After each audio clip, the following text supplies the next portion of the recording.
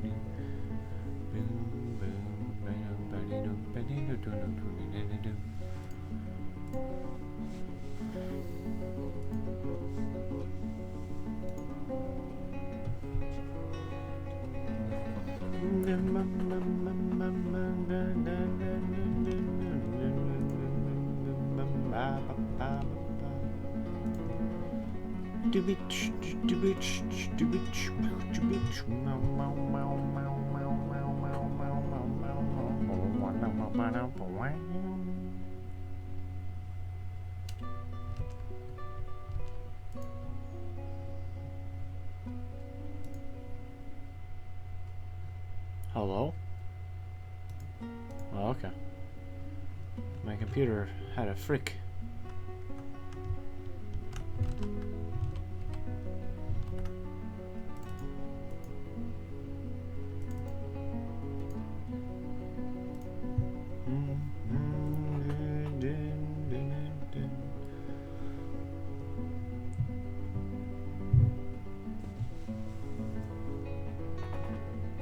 We are starting soon.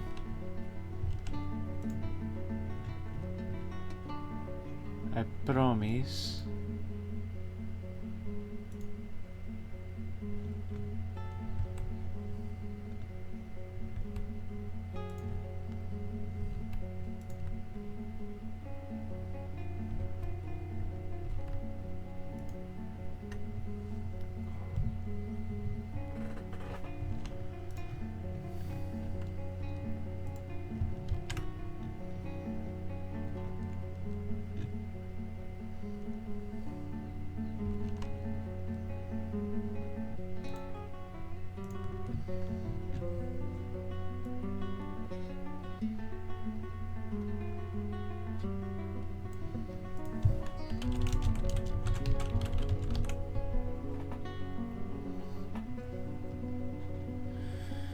Computer, can you respond today? I would appreciate you doing that.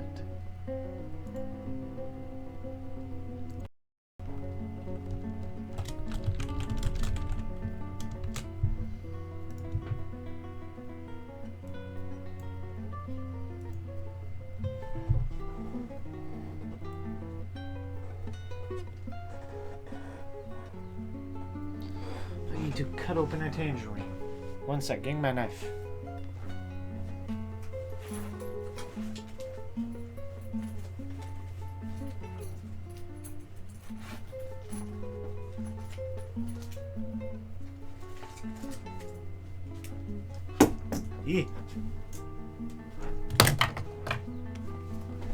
Don't want to drop my knife on my floor. That's a bad news. That should not be that.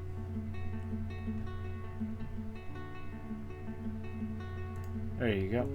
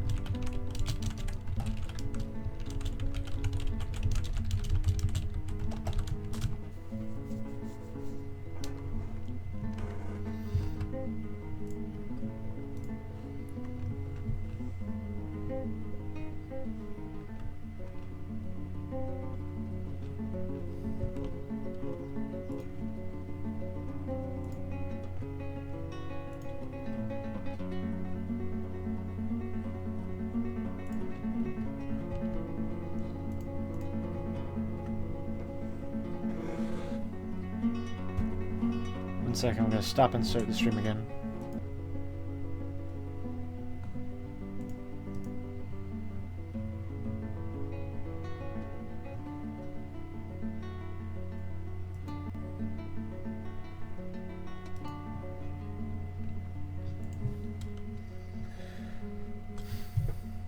Those of you watching the stream, let me know if there's any video issues.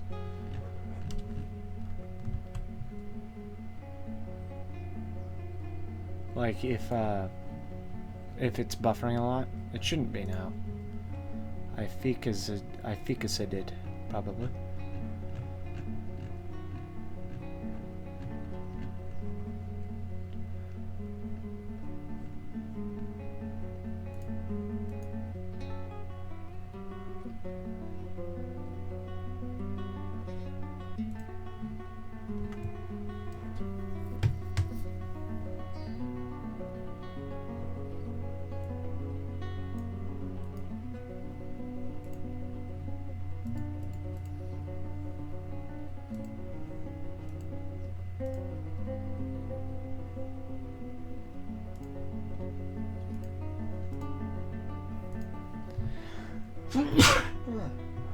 Bless me, clearly.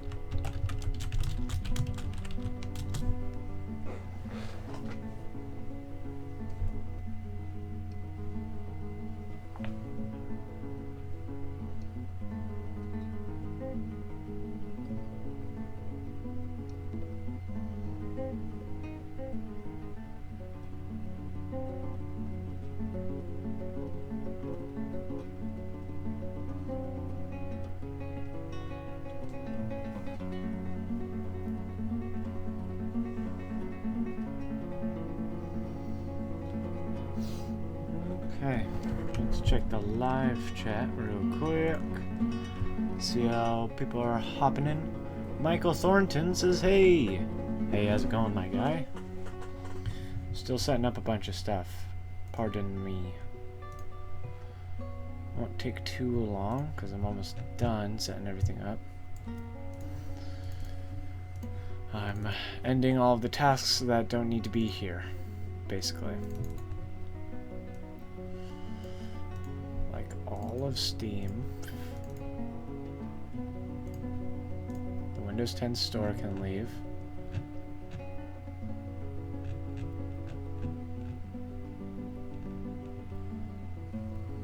Michael Thornton says, sweet news. What's the sweet news, my guy?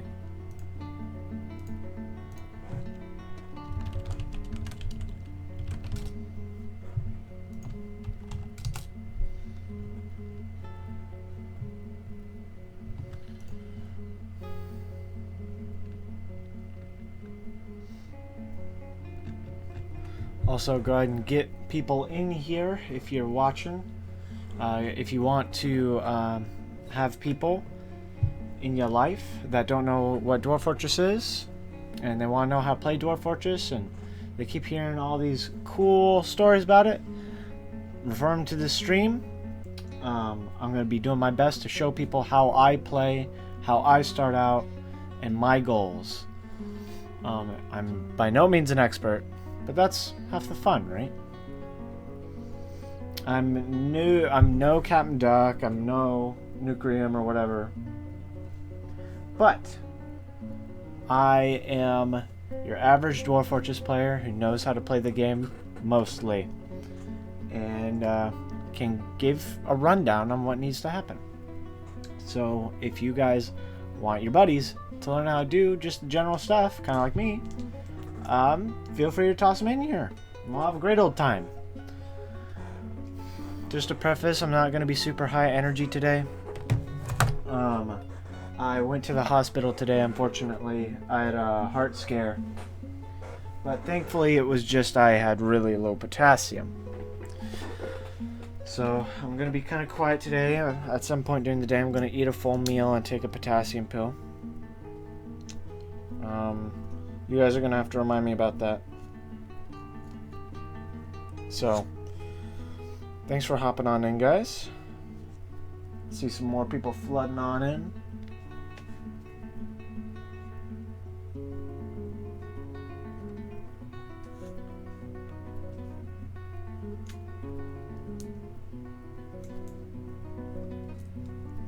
Opening a tangerine.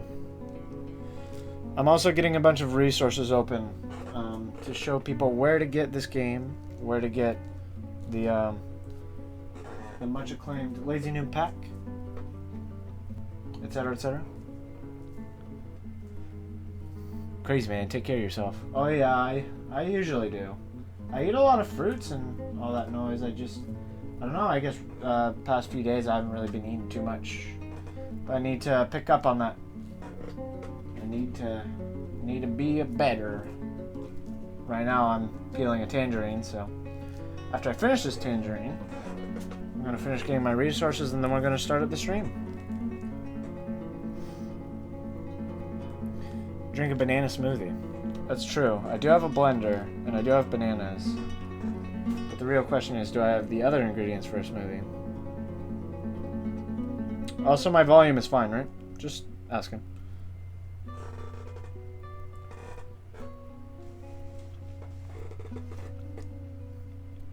Also, big shout out to Reminiscible. He's been streaming Dwarf Fortress whenever I'm not, and like he has more subscribers than I do. Jesus, but not only that, but he has really entertaining content. I really like his Cavern Tycoon series he's doing right now. So huge shout out to Reminiscible. Guys, go check him out if you haven't already. Subscribe to him. He's always in the chat here, so you'll see him. I'm still eating my tangerine.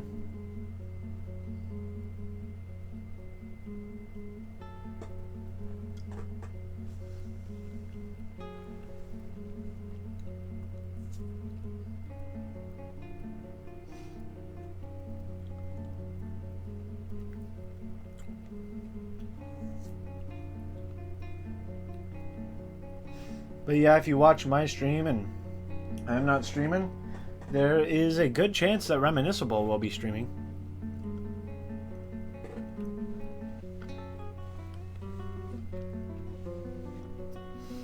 Jonathan Caesarek, I'm going to say it's Caesarek. Jonathan Caesarek says, thanks for doing a tutorial type video. I've been playing and pausing Dead Town and Ivory Trade to see what the heck is going on. Yeah, that's it's part of the fun, isn't it? I'll be letting you know exactly what everything means and stuff. And the resources you'll want and all that noise.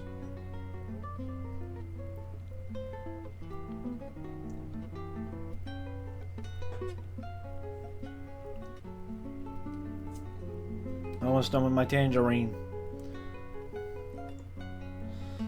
7 people watching. Sweet. Hey guys, let's get a few more. Share me around. I want to be able to show this to the world.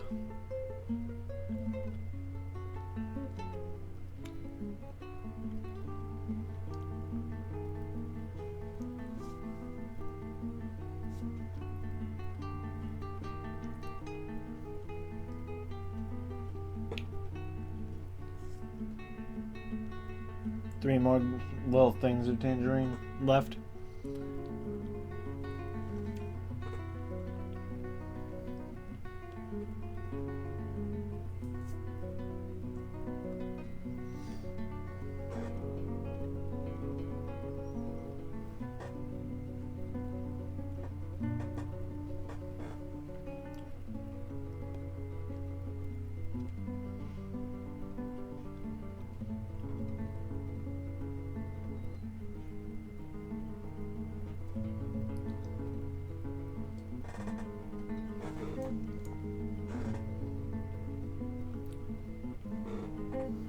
Okay.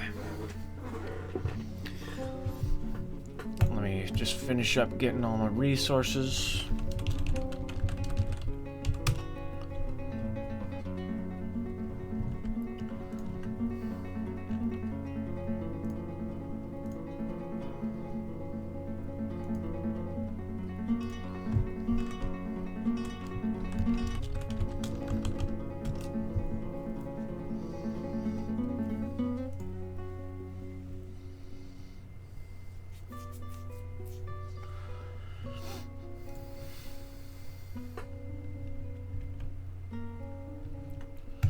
Alrighty, we are almost done.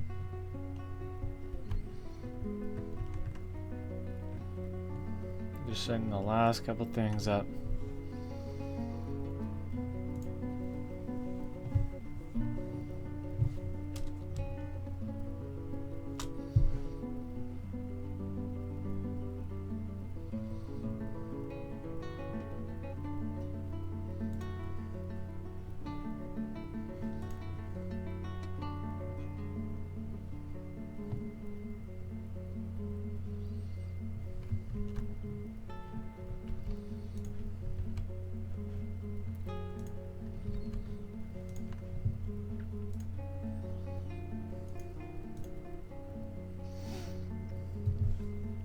Almost done.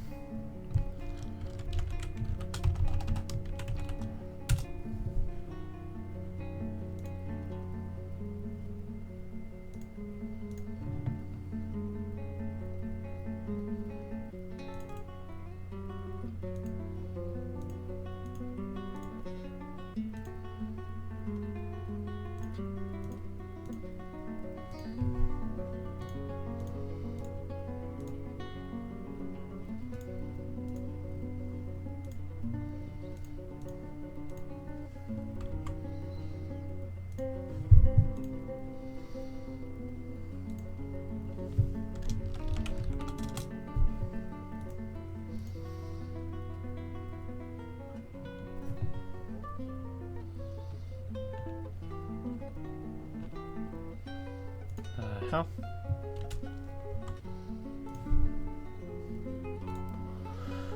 Sorry guys, I'm just trying to do a thing. Apparently.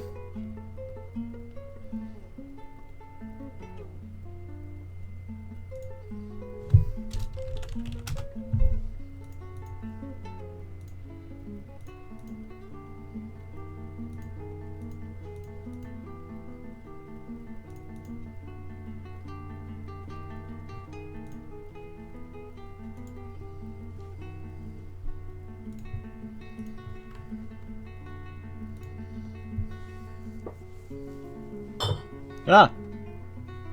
Don't worry about it.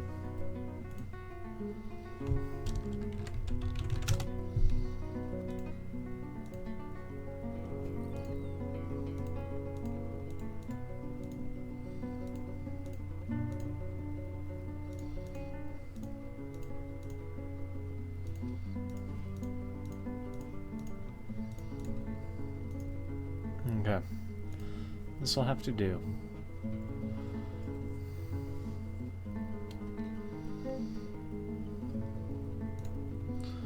Gonna have to do a display capture. Welcome.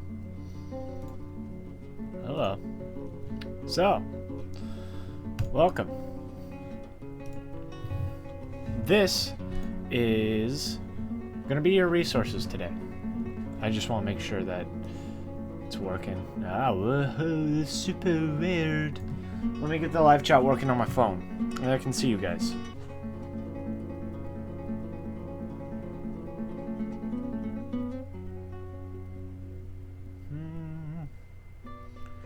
Bam, bam, bam, bam. Bam, bam, bam, bam, bam, do, do, do, do, do. None watching, huh? Nice to see y'all. Oh, shut up, me. I don't want to hear myself. Okay. Sweet. So now I have the live chat up. Volume's fine. Blah, blah, blah. Kulin cavorts with pointy ears. Goblins have pointy ears, no? I do believe so. Kulin, don't forget the most vital part of playing Dwarf. All elves must die. They also have free donations of iron. So it begins. Tip 1. Settle terrifying saltwater aquifer. Blah blah blah blah. Alright, everybody. Welcome to our tutorial series on Dwarf Fortress. As you're starting out, as a, a fresh Dwarf Fortress player, if you want to get into the game, it's kind of easy. You can just look up a really helpful utility called the Lazy Noob Pack. Open that up on, you can open it up on the wiki page, and then down here in current packs, you'll see the Linux version, the Mac version, and the Windows version. In my case, and in a lot of people's case, they will get the Windows Starter Pack. Takes you to this page, which is in the kind of Dwarf Fortress forums, and then download the latest starter pack here. And of course, you're gonna hit download now. I already have it, so I'm going to show you guys what that looks like in a few seconds. By display capture, and by starting soon, because we've started. And I'm going to show you what Lazy Noob Pack looks like.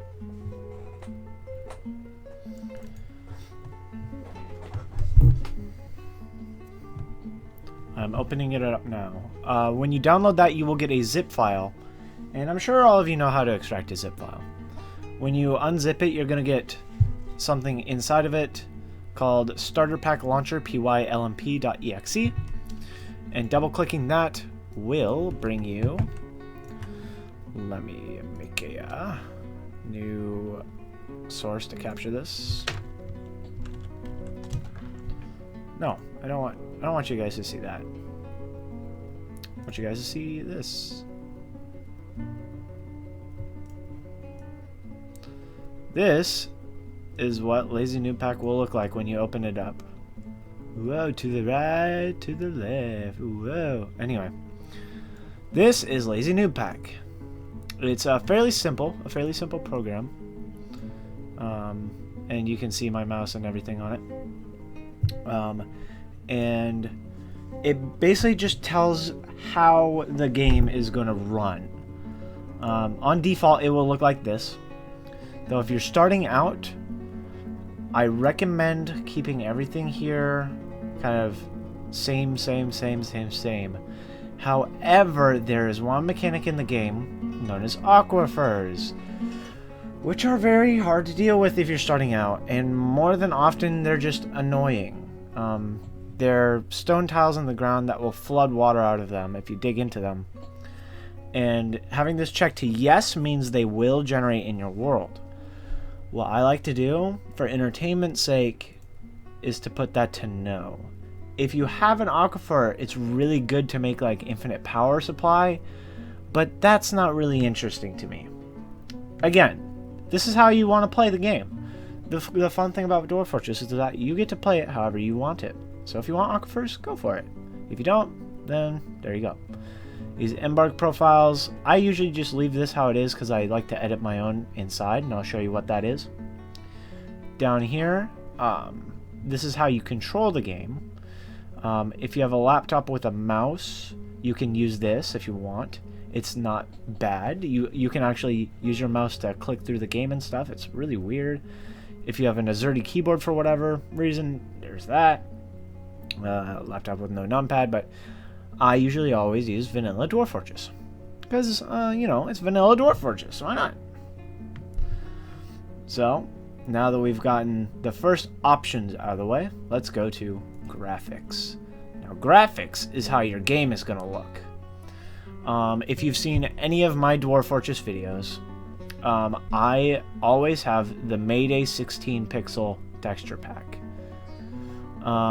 It's the first texture pack to ever be made for Dwarf Fortress, and they have been updating it for so long. It's hard to like put into words how long they've been updating it. Basically, they still update it, and it was like in the first couple years that Dwarf Fortress was, you know, announced or out or whatever.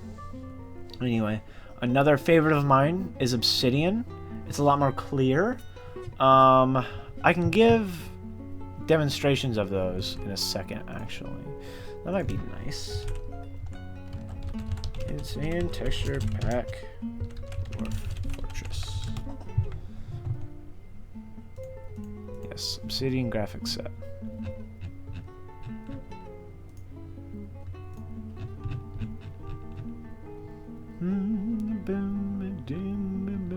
But Obsidian is also based on Phoebus. They're both kind of in the same vein. But Obsidian it just has a little bit more blocky feel, I want to say. Iron Hand is also really good. I enjoy Iron Hand as well. Let me get some screenshots for you guys. I'm about to send a screenshot in the chat. This is Obsidian. I'm going to show you guys what it looks like.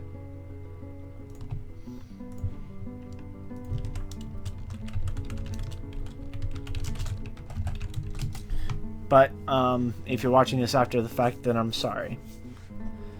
But that's an example of the Obsidian texture pack. And there are so many different texture packs, obviously, that you can just pick and choose, try each one out, and see if you like it.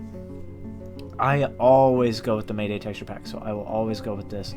When you start out, none of these will be highlighted green. I think you will have the ASCII on the default, but my recommendation is to use a texture pack, especially if you're starting out. What you're going to want to do is select your texture pack, hit install graphics. You'll get a window that says, are you sure your graphics settings and RAWs will be changed? Any manually installed mods will be removed in the process. Are you sure you want to continue? And of course, since this is your first time starting it up, you hit OK. Alright, and then it'll kind of freeze it up a little bit, and you gotta wait for it. Let it have a little bit of fun.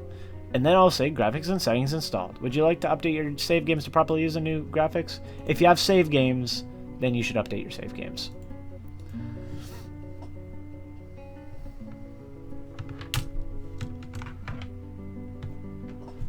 Okay.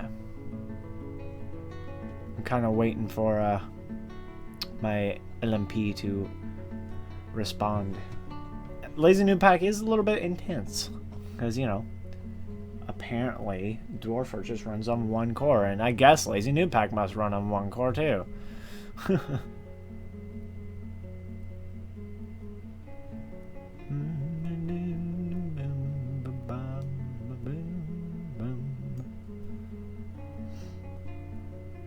One of these days.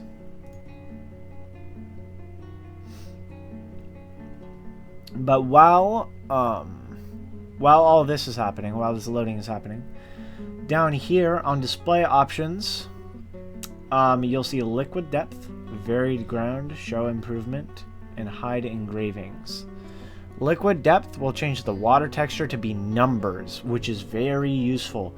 You should, like, if you're doing anything with water, I will always recommend liquid depth. If you're doing that with lava, anything with lava, use liquid depth, because dwarves can go through tiles of water that are around 3 or 4 tiles deep, and they'll just say 3 or 4. But if you don't see 3 or 4, you just see a water texture, you don't really know what's going on, do you? I think I said that correctly, right? But yeah, if it's a water texture, you don't know what's going on. If it's numbers, you know exactly what's going on. Varied ground just makes the ground tiles look a little bit different from one another, which is always good. I enjoy that. Show improvement, I'm unsure actually. I'm gonna actually restart Lazy New Pack real quick because it's frozen. My computer doesn't handle this stuff well. Okay, I'm gonna bring it back up here. It's almost up.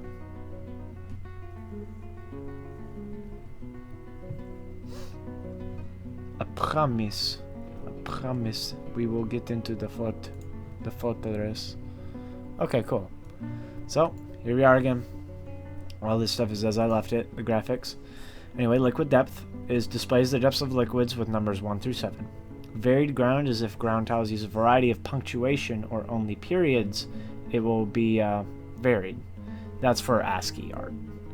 Show improvements means show the quality of improvement in name of items. You're going to want to have that on for sure. And hide engravings makes all engravings look the same.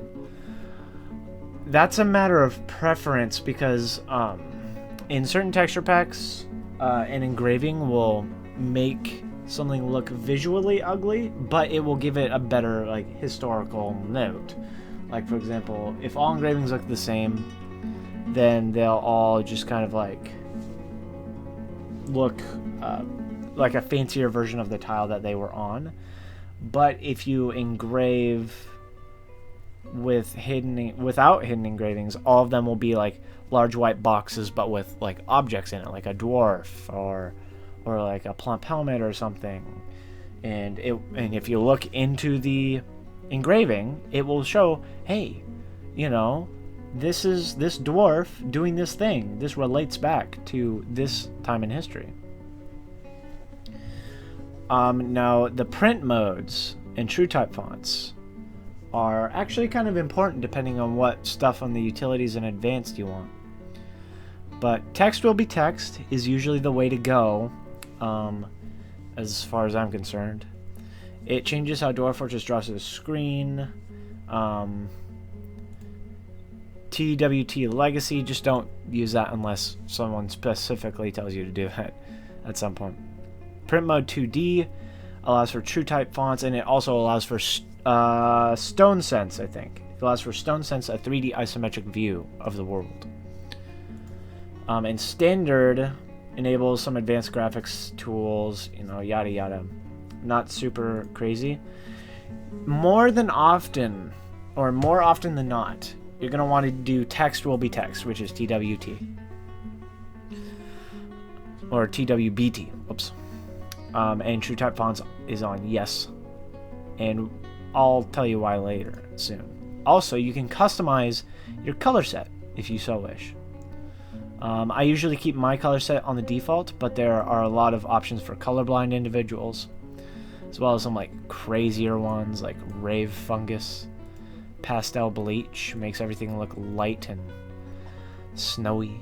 The ASCII default is super dark, but my graphics pack makes everything look a little bit more tame and nature colored.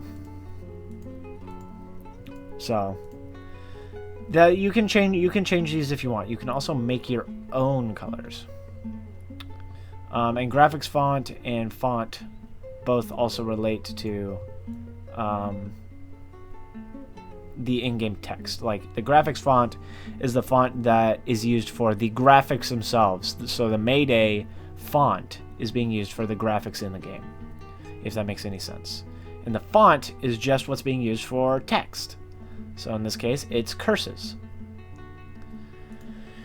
Now we get into utilities. This is where we get into the fun stuff. In utilities, there are a lot of things here. I already have Sound Sense on, which is you right-click to default it to turning on when you play Dwarf Fortress. So I default Sound Sense to turn on when I play Dwarf Fortress, and it is a sound engine for Dwarf Fortress. It reads the game log and plays appropriate sounds and seasonal music. So, for example, you'll hear people sparring, you'll hear fights that happen, and it's actually really useful because if you don't realize a fight is happening just from the quietness of Dwarf Fortress, then you might not realize a dwarf is dying and all that noise, and people will tell you, like, oh, I can't do this, blah, blah, blah. So it's just generally good to have as a starter to the game. SoundSense GTK is just kind of the same thing, but it's a C-sharp audio. It's basically in C-sharp. It's the only difference. PictureFort makes blueprints from images, which can be used in QuickFort, I believe. And I've never used either of these before. They're savable macros with a library of pre-made blueprints This is good if you feel like using a third party to help make your fortress, other than crafting it solely yourself. I personally would recommend not to put this on, because I know some people who kind of rely on QuickFort, and it's not very good. In my opinion. That's my opinion. Again, you can play this game however you want. That's the beauty of it. Perfect World is an advanced, precise custom world generation tool. This is basically... It says on my mouse over that this is how people generate maps of real places. And yes, this is true. Perfect World is how people generate real bona fide places on planet Earth. It's basically just a really intense world generation third-party program, and it's cool. I've used it once or twice. Legends Browser and Legends Viewer they're both like really good sources for the stories of your world.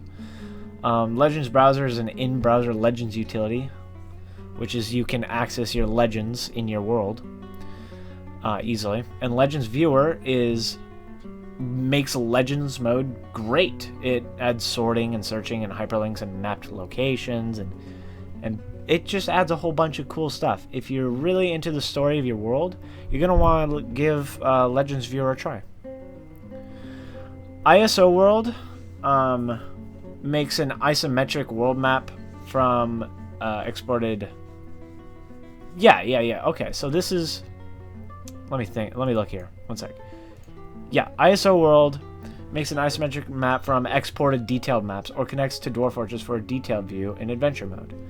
So it's kind of I wouldn't say an alternative to Stone Sense or something or whatever, but it is an interesting thing that you can export your map from Dwarf Fortress and view it in a 3D scape. Dwarf Therapist is really, really key if you want to be able to manage your dwarves very easily. With Dwarf Therapist, you can kind of tell them to do a thing. Like, you can tell a whole bunch of people to all start doing one thing. And you can see if they're good at that thing. You can see if they enjoy doing that thing. So you can really pick and choose with your dwarves who is going to be doing what job depending on what skills they have, what skill set they have, and all that noise. And it's just a really good utility for managing your dwarves. Dwarf Portrait, it generates a sketch of creatures in your world. For your first playthrough, I wouldn't recommend putting that on, because I have had it reveal enemies that I had not seen in my world yet, and it was kind of a spoiler. And it's not necessary, it's just for funsies, really. Dwarf Mockup is a Dwarf Fortress-like interaction for the creation of QuickFort blueprints. So Dwarf Mockup is basically, you can make a thing in your world and export it for QuickFort. And that is like the time I would use QuickFort, is if you're using Dwarf Mockup, make your own design, and then use QuickFort. Dwarven Realms creates a Minecraft level from an exported world map. So you can export your Dwarf Fortress map and put it into Dwarven Realms, and then hop into a Minecraft world and travel your fortress in a Minecraft world. If you're into that, then there you go. It's really cool. Dwarf Fortress Storymaker creates a filtered version of the game log. I've not used it much myself. I would feel free to experiment with it. But I hear some really good things. Armok Vision is a full 3D visualizer. It shows off Dwarf Fortress in unprecedented detail and beauty, as it says in the in the pop-out text. Armok Vision shows the game in 3D.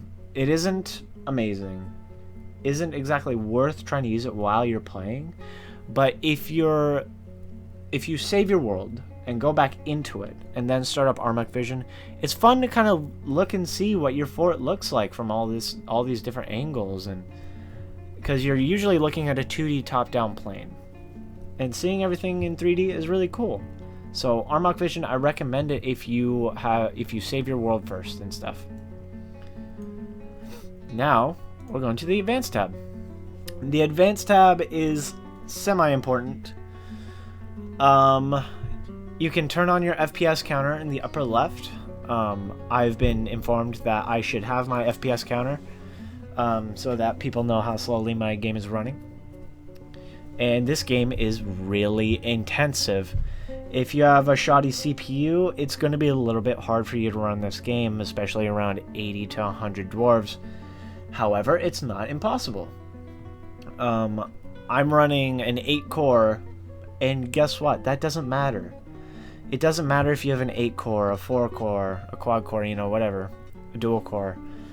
This game uses 1 core of your processor. If you have at least a quad-core processor, you should be fine running this game without much difficulty. I just want to, make you guys feel a little bit better about that. The intro movie is, it starts out like an intro, which is cool. I'll show you guys the intro when we get into it.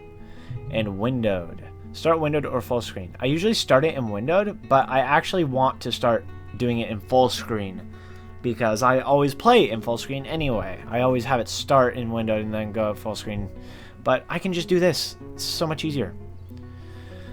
Now, auto saves. You are going to want every single one of these on. Auto save over here, you can either have none, seasonal, or yearly. You're going to want to have seasonal.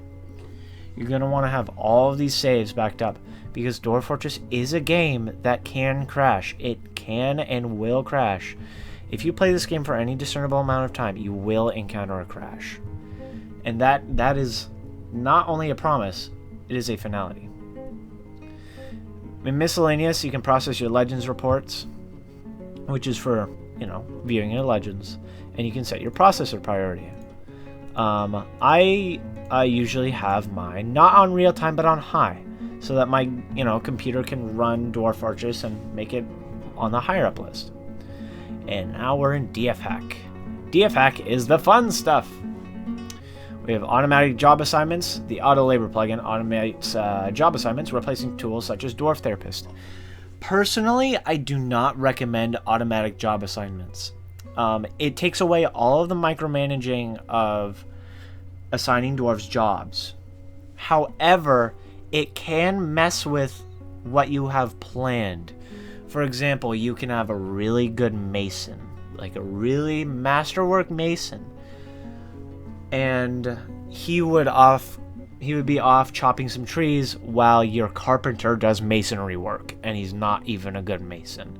And then you get bad, shoddy furniture because your mason wasn't working at the mason shop, your carpenter was. So I don't recommend automatic job assignments. That's just me. If you don't want the micromanaging stuff, I'm getting a call. One moment.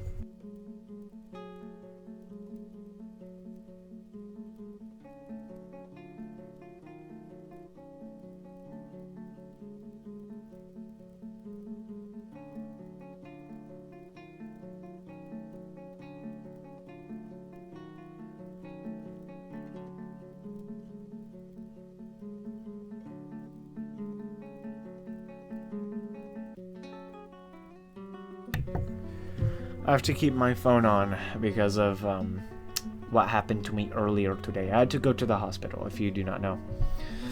Anyway, so, like I say, automatic job assignments, I don't recommend it. But that's just me. This game, you can play it however you want. Enhanced gameplay. I usually don't have it turned on, but I will turn it on for the sake of this Let's Play. It adds human merchants, which equates to more trade deals, and elvish diplomats, which give logging quotas. Not fun, because elves will eventually hate you if you chop down too many trees, but isn't that part of the fun, right? So enhanced gameplay just adds some more merchants that will trade with you, and elvish people that will come around and tell you, hey, don't chop so many trees or whatever. So it's fun. I will put it on for the sake of this. Hide DF Hack console. That really doesn't matter. I usually don't hide it because the DF hack console is useful for something. Useful for some things. Mouse controls allows scrolling by hovering near the edge of the map. You pair this with the laptop and mouse key binding setting from earlier usually. And I don't use mouse controls at all.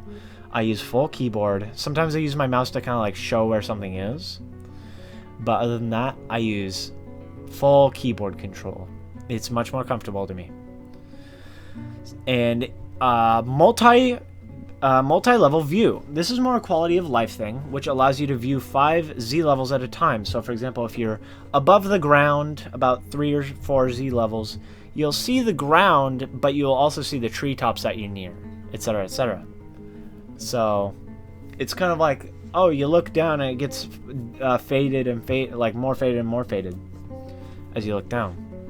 So this is good, but it requires the print mode from your from your graphics to be text will be text. Remember this.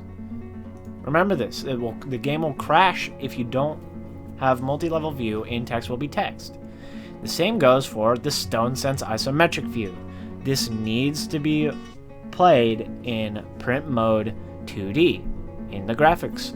So it's an either or. If you want a isometric view, which will make your game run a little bit slower.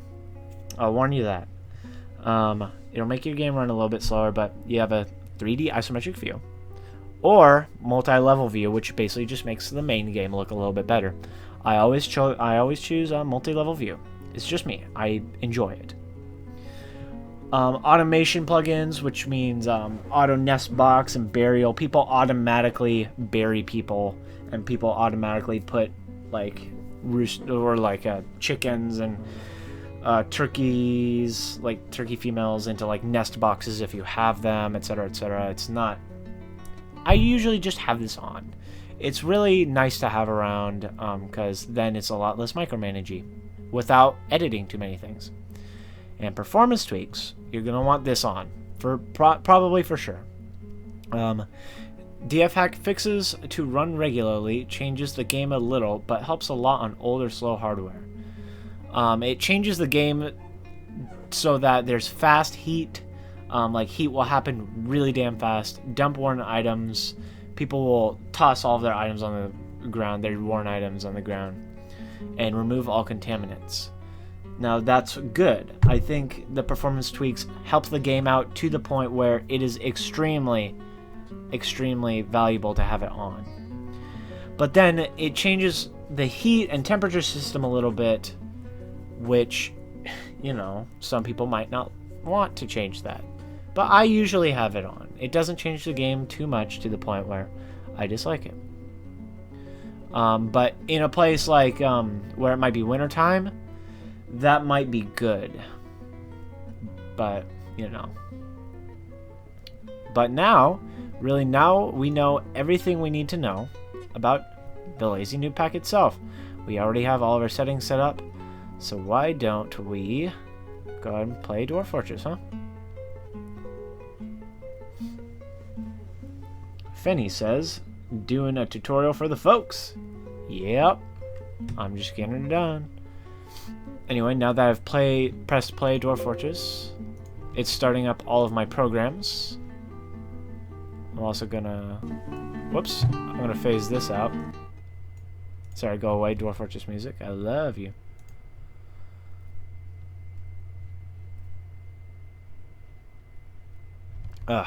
Whoops. Oh, I see. One second. I'm troubleshooting right now. I'm troubleshooting.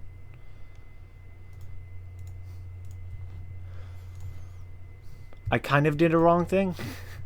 I'm going back into Lazy Noob Pack. So, windowed. Yes, I remember why we want it windowed. Because the full screen kind of kicks you out of everything. You're going to want to have it windowed, and when you hit play, you can just full screen the game itself in a second. So, like this, like so. And let me get Dwarf Fortress on here again. Because I think... Yes.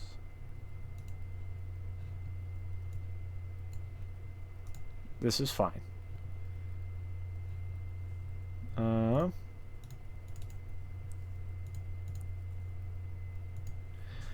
fixing everything, don't worry.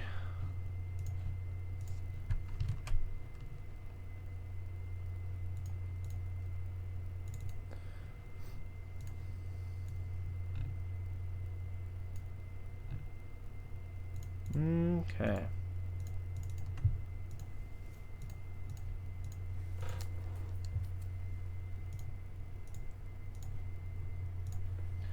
One moment. I am still trying to get it to work. There we go. Now it works. So, you will be greeted by this when you start up the game. This is Slaves to Armok, God of Blood, Chapter 2, Dwarf Fortress.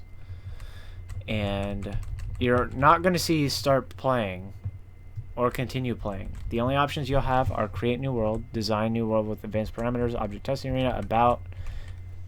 So we're going to create a new world. Batal says, what's up? Hey man, how's it going? Also, you're going to hear the sound sense kick on in a second. So, this is how it looks when it says create a world. We're going to choose how big a world we have, how long of a history we have, how many civilizations, savagery, mineral occurrence. For the purpose of this video, for this series, we're going to be doing a small world. It's going to have a short history. Again, remember, all this you can change yourself. You can go with whatever world you want. I won't guarantee you'll have a wonderful time, but we're going to have history on short, world size on small. You know, world size on medium. It's always good to have a medium world. So, either small or medium for your first world, I would recommend, and definitely short history. And for your first world, you're going to want mineral occurrence to be frequent. Probably frequent or everywhere, but I would say frequent because it feels a little bit less cheaty in my opinion. That's how I play. I usually have everything on default, or like I would have mineral occurrence on everywhere, but I would have savagery very high, which sucks. So for the purpose of this, we're going to be doing a medium-sized short history world with frequent mineral occurrence, and we're going to use the Y key to go for yes. Y key. Boom. And watch this. And here comes the sound sense kicking in. Now this is the world that we're generating. There have been 3 regions rejected already. Sometimes it has to reject a few regions. But it's forming the lakes and the minerals. And it's going to be generating the history in a moment here. Oh, it rejected that world. It's going to go through a few worlds, probably.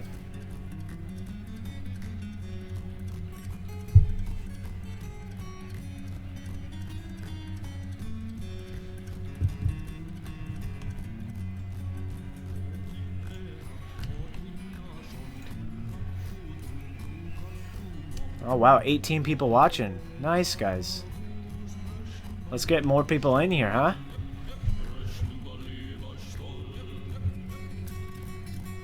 Alright, replacing those civs. And now this world is starting to become what it is supposed to be. Now you're going to see over here, it's generating years. Years of in-game time. This is genuine history that's being made right in front of our eyes. Like down here, there's some dwarven civilizations being made, roads being built, more dwarven civilizations popping up everywhere. There's a tomb that popped up over here. And these purpley areas are evil and dark areas. These weird pie-looking symbols are goblin evil towers and stuff. And I think these icons, these little eyes and stuff, are like elven civilizations and such. And it looks like, oh, there's some fort stuff going on over there. There's some spooky forts going on over there. And every tile you see here means something. Now what that means, I forget for each one, but that's fine. I'm pretty sure these little grass things right here mean kind of a swampy area. I think you're gonna have to quote. You're not. Don't quote me on that. Basically.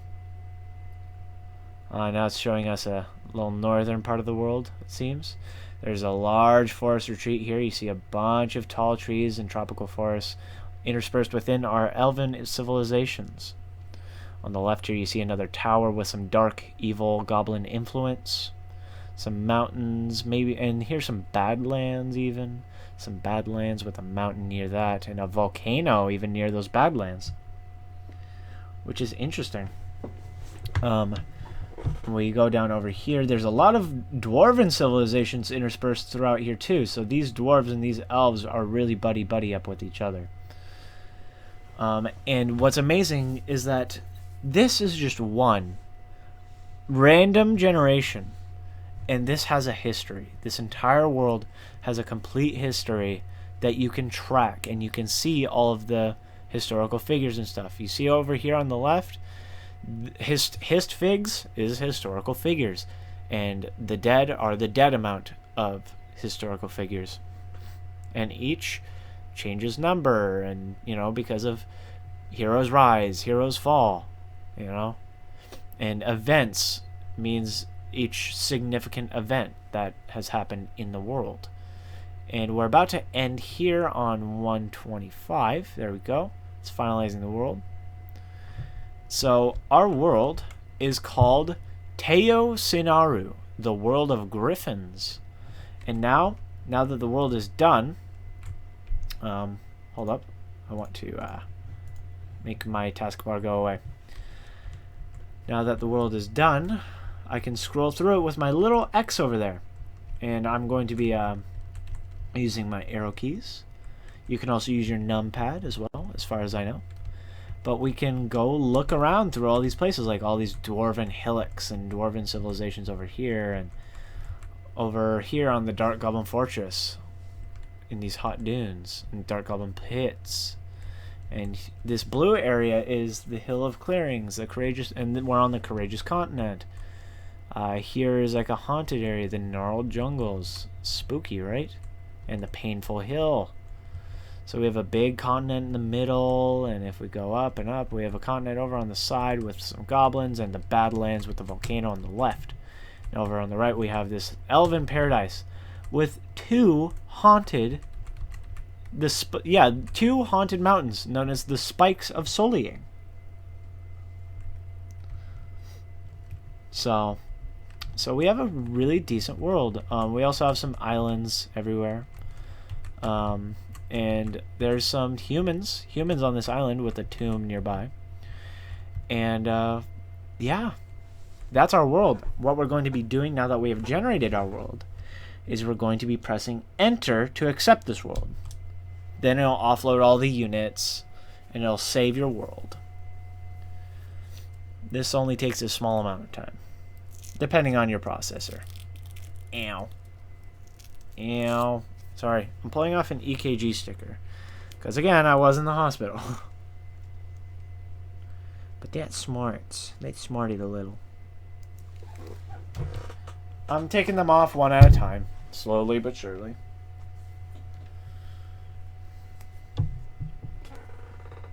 Let's see. Big Time Zergrush says, wow, just had a Spear Dwarf single-handedly kill a Forgotten Beast without taking any damage. Nice. Batal says, also, mind you, Dwarf Fortress has to be having the... Shit. Mind you, has the best name creation of any game ever. That's very true. The name creation in this game is amazing. Ow. Big Time Zergrush says, Hairy Basement. So I see that you're, you watch Jeff Major, huh? Ow, these stickers hurt. Yeah. Oh my god. Okay, now that the... I'm going to take off this last sticker. Okay. Anyway. Geez, that's like wax paper. God. Alright. Now that we've made the world, we can hit start playing. I have a lot of worlds. Yours will pretty much be in the middle, whatever. And it'll be the latest region that is created. In my case, it's Teo Sonaru, remember? And this is region 10. So we hit enter to go into it.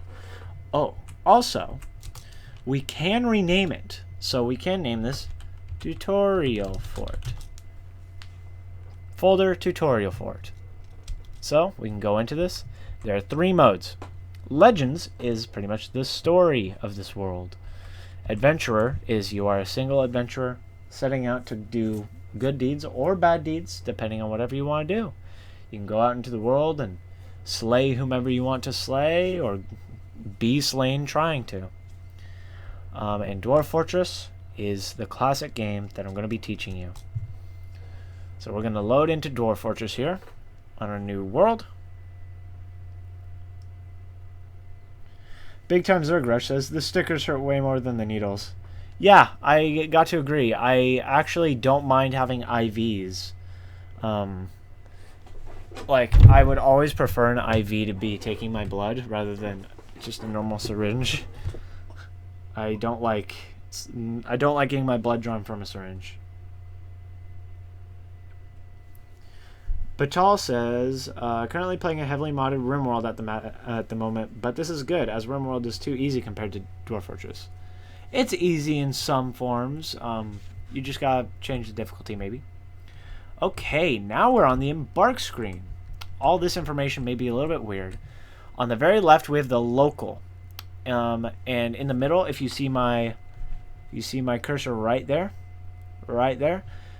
that little X is the local map on the left there, which I can move around with U, K, H, and M. So U, K, H, M goes up, right, left, down, respectively. So there is a lot of areas we could go to. There's, again, almost unlimited possibilities on where you would want to start, depending on how you'd want to play the game. On the right side is the whole world map, rather than just the region map. And in the very, very right is what you're selecting. The embark thing on the left, the local, is what is displayed on the right. So, for example, this is the Swamp of Odors. It's a temperate freshwater swamp.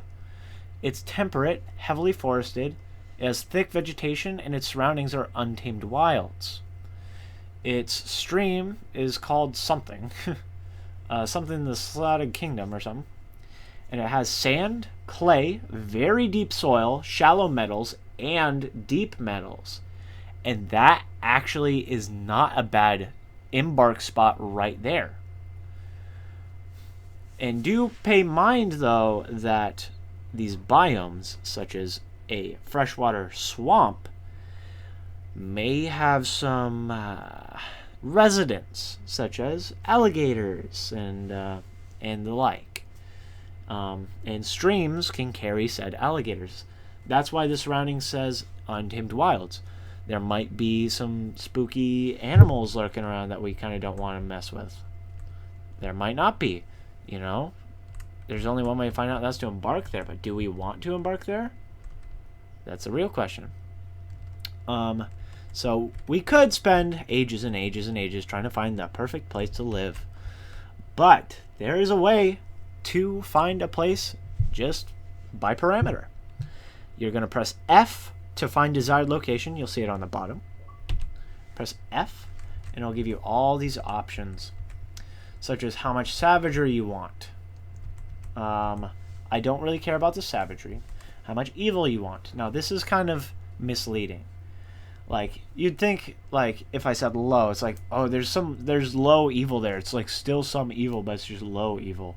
No, it's more like alignment. So low evil means a pretty beautiful, wonderful biome with unicorns, and they're prancing around and everything's beautiful.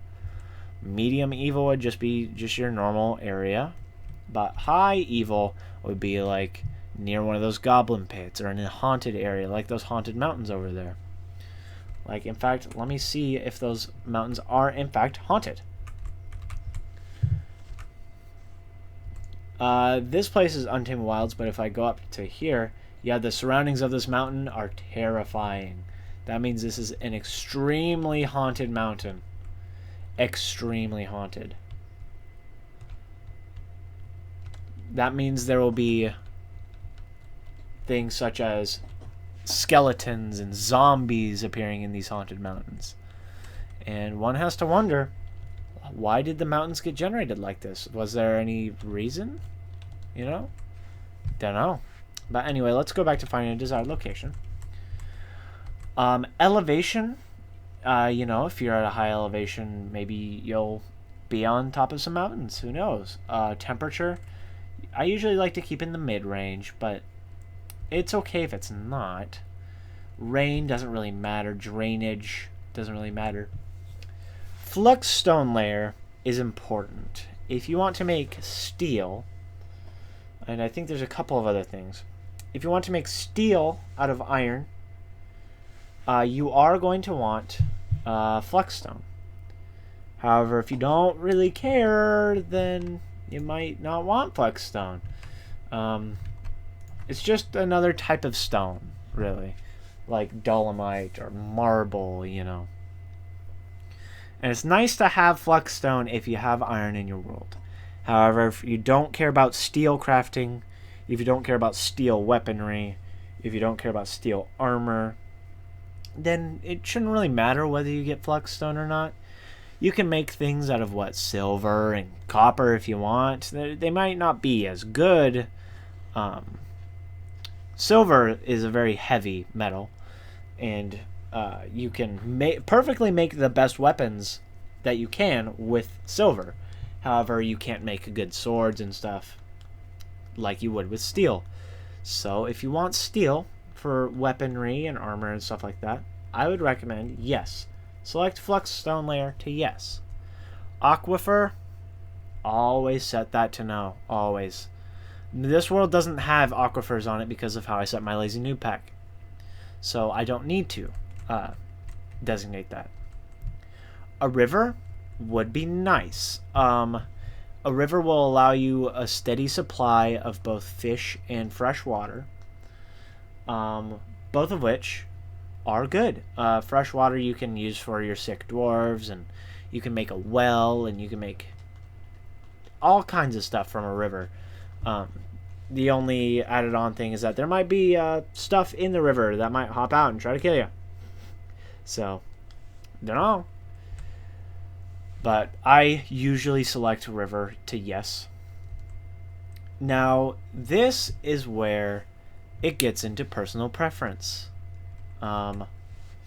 Really, all of this is personal preference. You play this to how you want. However, if you're starting out and just want to learn the basics of the game, I suggest we're going to want to have multiple shallow metals and multiple deep metals, because that will allow you to have a wide range of a metal industry. If you decide you don't want to end up doing metal at some point, if you want to make a fortress, you know, again, this is the cool thing about this game. You can make fortresses based on different stuff. So, but like I say, if you want to make a fortress based on only sand, like sandcraft, like glasscraft or whatever, you can do that. You don't even have to use metal. You can make an elaborate trap system to kill whatever comes around instead of having an army, you know? It's all up to you. But for your first game, I would say you should have shallow metals and deep metals to it. At least yes, but I would really recommend multiple. Soil is really, really important, especially if you don't have a river. Soil will allow you to grow crops underground without having to wet the ground first. You can use stone floor to put farm plots on, but you have to wet the floor first with water, which can be a little bit, you know, finicky. So, again, my personal recommendation is to have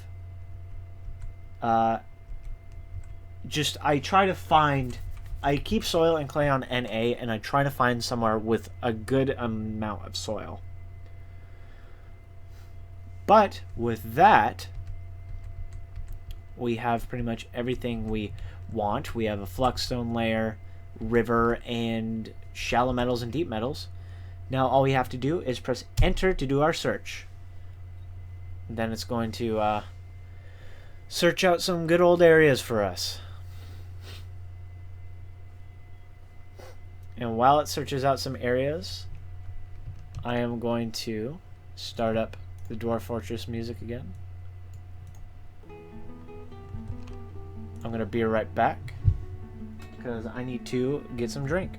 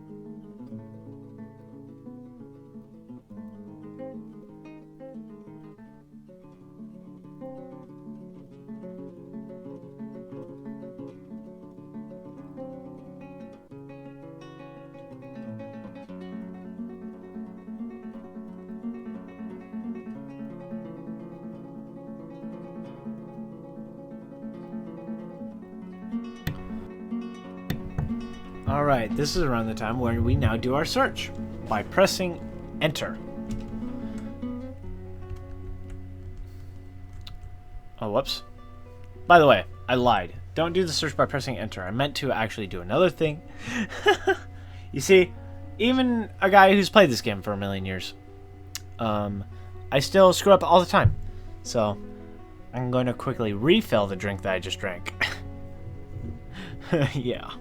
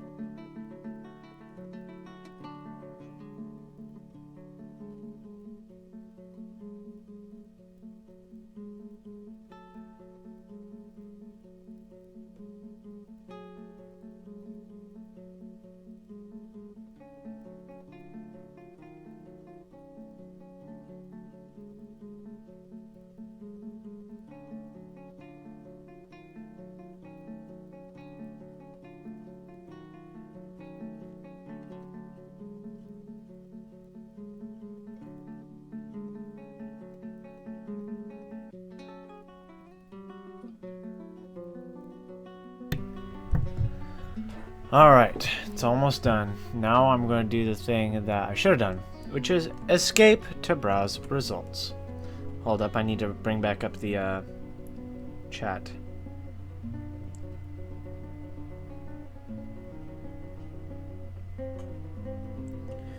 I hope it's beer coolant, proper of any quest in a Dwarf Fortress. Not so much beer because, I've been having heart issues, so I'm trying to avoid alcohol or caffeine or the ilk. Smith Jones says you should edit this video down. I probably will. And I say probably, because I might not. Anyway, so now we're going to try and choose our embark spot. Let's try and find where our cursor is. Okay, it's over on the left here. So let's browse some options, huh? Let's see what's going on over here. By the way, I'm moving with my arrow keys, and if I want to jump a little bit, I do shift. While holding shift, I do an arrow key. What is this? This is a tower of some description? Yep, this is a tower. We have a couple of towers here. Evil towers. And I mean, we can try to find someplace over here in these swamp areas. This temperate freshwater swamp has sand, deep soil, deep metals, not shallow metals for some reason. This has shallow metals, deep metals, flexstone layer. Yeah. Sand, clay, very deep soil, shallow metals, deep metals, flexstone layer. It's a temperate freshwater swamp, which is temperate, heavily forested, thick vegetation, and is wilderness. So, at this note, I think we're going to embark in this area. So on the left side, like on the very left side on the local map, I can move this around a little bit if I so wish to kind of like modify exactly where I kind of wanted it to be. But I'm going to stick with what it gave me. And now I'm going to press E to embark. Now, you're going to start out with a few of these if you're using the Lazy Noob Pack. My favorite to use, because I've played this game a lot, is Nebulatron. However, Captain Duck recommends this kind of build, which is Dwarf Fortress Vid Test 2015. Easy start, made for new players. So let's see what this entails. This first guy is a miner. Now this is the dwarf thing, the dwarf preparing. This miner is a negotiator, conversationalist, appraiser, judgment intent, negotiator. Negotiator, leader, blah, blah, blah, blah, blah. So this miner is good at talking to people, pretty much. He's okay at talking to people. So he's probably going to be our leader dwarf. This second miner is a novice weaponsmith and furnace operator and burner, novice mechanic. He's a novice diagnostician as well. So he's just good at doing weaponry for the most part. Our mason is also a stone crafter. Our carpenter is also a building designer, a wood crafter, bone carver, gem cutter and setter, and a tanner and a butcher. So just an all-around kind of does a lot of stuff guy. This guy is a grower slash herbalist. He also brews and cooks. This guy's adequate in discipline. He's a novice leader and teacher. He's a woodcutter who's also a skilled axeman and a novice dodger. So this woodcutter is good at cutting wood, but is also an axeman. So he is a military dwarf, which we will get into as well. Now, this guy is an ambusher, also a crossbowman and a dodger. He's disciplined and a leader and a teacher. So this guy is our kind of hunter for the most part. And fun thing about all of these is we can name them whatever we want. Like, for example, I could customize our leader boy. Call him something like Coolan. But I'm not going to do that. You guys can name them if you wish. But this area right here is where you basically assign points to allow your embark to go smoothly, to allow you to be able to have the skills you need to start up your fortress. And today we're just going to be starting up the fortress. It's not going to be a very long stream. Not going to be very long. Because I'm still not feeling very hot. But we're going to get our feet on the ground and we're going to strike the earth. And if you press tab, it'll bring you to your items screen. It'll show you exactly what kind of items you have. So we have some copper bolts and some plump helmet spawn and pigtail seeds. And plump helmet spawn is useful. It is for plump helmets, which are a food that everyone loves. Pigtail is a plant that you can grow fiber from. Cave wheat is kind of the same deal as plump helmets, though it's not as popular. Same with sweet pods and same with rock nuts to my knowledge. Same with dimple cups. And we have 14 plump helmets. We start with some thread and cloth and a couple ropes and some bags.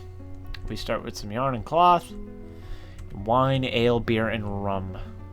And we start with some sand, interestingly enough. We also start with a few logs, which is good, I suppose. Start with some gypsum. That gypsum is for a plaster, which we can use to kind of keep our dwarves alive. We have some milk of various kinds. We have some splints, and we have a splint, a crutch, and a bucket of each. We have some rat meat and stuff, and a copper battle axe. Yada yada yada. So we have a lot of this. Basically, as you get more and more into the game, you'll realize what all of these are and how you get all of these, and what you will need to start out with if you're starting a new fortress, and if you want to just prepare carefully by yourself rather than use a pre-made like this one.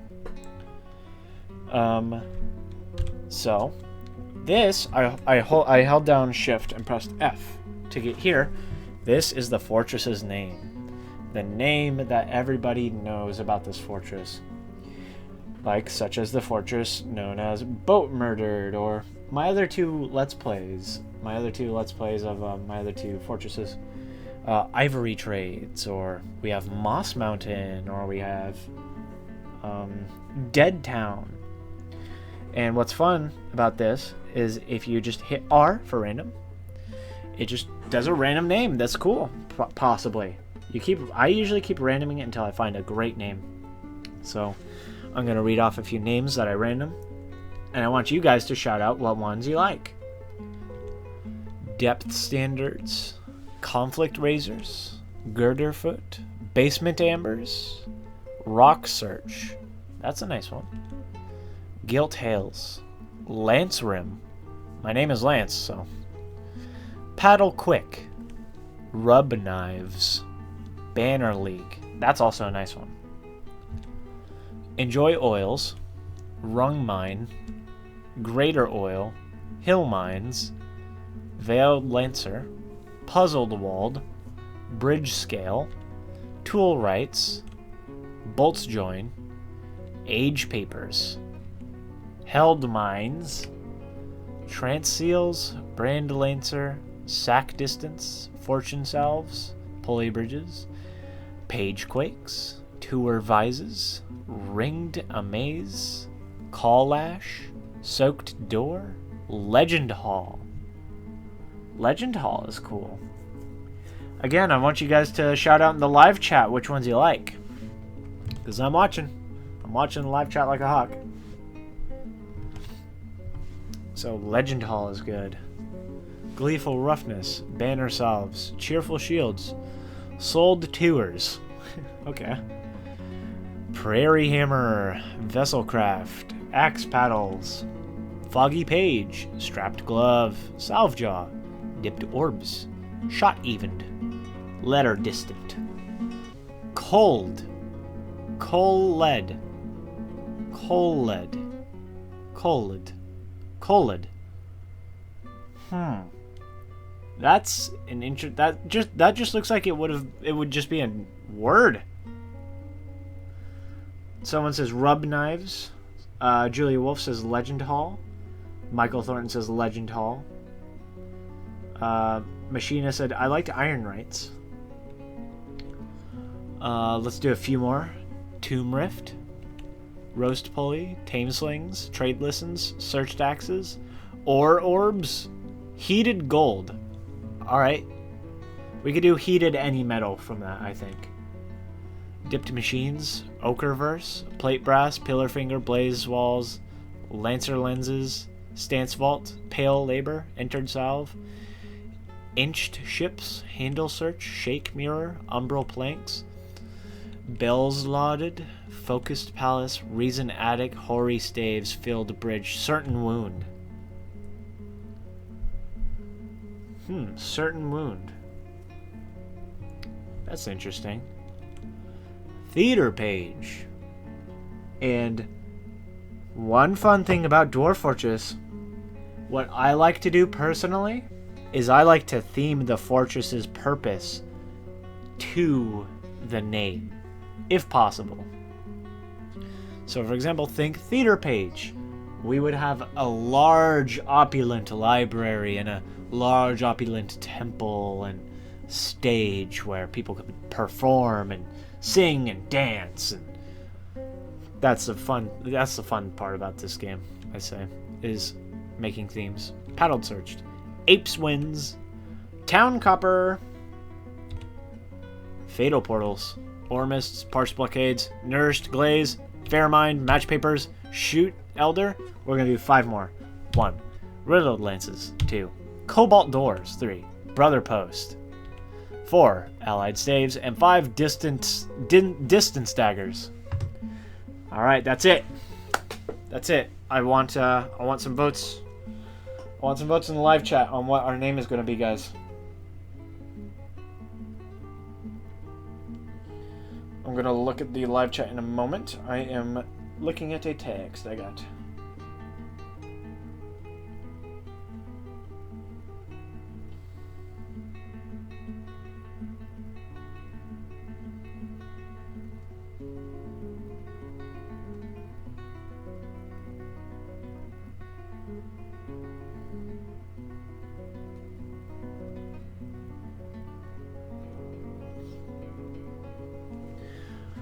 Alrighty.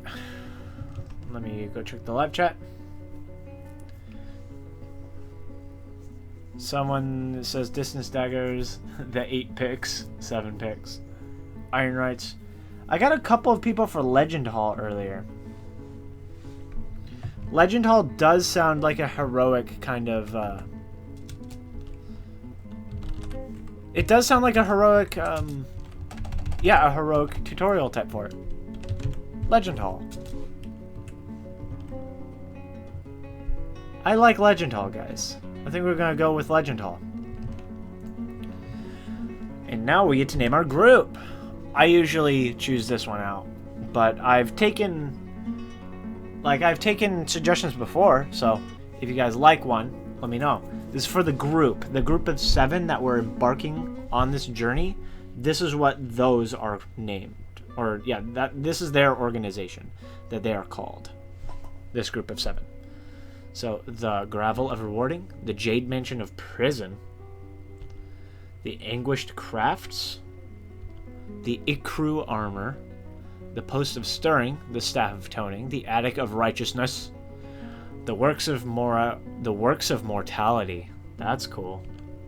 The Roasted Bolt, the Sweltering Crypts, the Ripe Roughness, the Scalded Net, the Dutiful Torch. Julia says Iron Band of Brothers. That could be cool. Let me see if I can do that. Apparently not. Can't do iron as an adjective. We're going to continue renaming. The Amber Trades. The Amber Trades is cool. Razor of Artifice. The Merchant of Convents. The Living Seals. The Equivalent Glove. The Lens of Boards. The Muscular Picks. That's a little bit rough around the edges, but straightforward.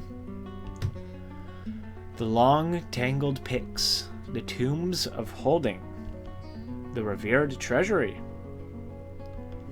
The Held Tools. The Charcoal Lantern. The Coal of Punches. The Dominant Vault. The Floor of Fainting. The Treaties of Stabbing. The Muscular Gold. The Simple Gem. The Arena of Obeisance. Or the Obeisance. I don't know. The Portentous Craft. The Banners of Flanking. The Fence of Wielding. The Sword of Yore. The Sword of Yore. I think we're going to be the Sword of Yore. Fun. Also, in order to get to that naming of my group, I did Shift and then G. Now we're going to go into our symbol. Oh, firstly, I want to let everybody know animals on the right. We can embark with animals. In this case, we are embarking with some turkey hens and a gobbler. We're embarking with a ewe and a ram. We're embarking with some hens and a rooster and some ducks and a drake. We're also embarking with 2 cats, a couple male dogs, and then 5 female dogs. And all those have their uses that will become apparent. So, when you press Y, you can go into the symbols. Our symbol is called the wet gem. Gross. But what would Legendhall be? What would our thing be? What would our icon be like? We could have... Also, all of these are creatures in the world. Aardvark woman and man, acornfly, adder woman and man, alligators, amethyst man. What? Amethyst man? Is that a guy? Weird. A strange crystalline creature in the shape of a man. Alright, that's cool. I actually did not know that. Someone's saying an arch. I think that would be in shape. Let's see here.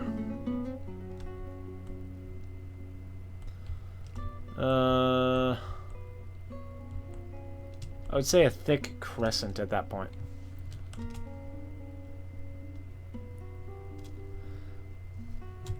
An arch, and we're also gonna have a crescent moon behind the thick crescent. Yeah, crescent moon would be behind the thick crescent, I say.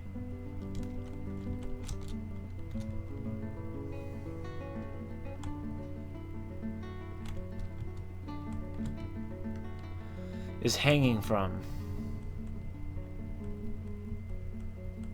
Let's see. Yeah, hanging from. Hanging from is a thing, right? Yeah. The crescent moon is hanging from the thick crescent. And someone says a golden hammer under the arch. Sure. Object. Hammer. A jagged warhammer. It would have to be a jagged warhammer.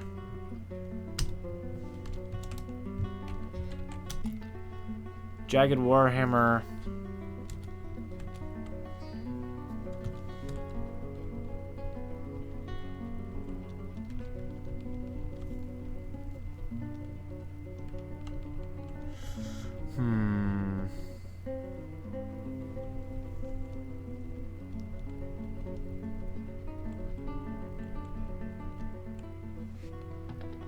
Let's see. I'd say the Jagged Warhammer is unnaturally contorted. So just imagine this. It's an image of a thick crescent, a crescent moon, and a Jagged Warhammer. The crescent moon is hanging from the thick crescent, and the Jagged Warhammer is unnaturally contorted, like under the archway. It's probably as good as I can get it. The ancient dye, the oily dot, the diamond speechlessness, the fence seals, the blue wire, the prestigious seal, blah blah blah, cloak of treaties, the silvery mile, the yawning attic, the diamond action. It's the diamond action. And we're done with that. We are done with that. Let us get this show on the road. Now, we are about to get into the real meat of the game. Wouldn't you believe it? We are going to press E, lowercase e to embark. And now it's going to take a little bit for it to embark. Things are happening. They are, I promise. Wow, we have 20 people in the live chat. That's awesome, guys.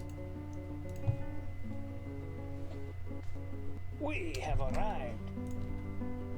We have arrived, in theory.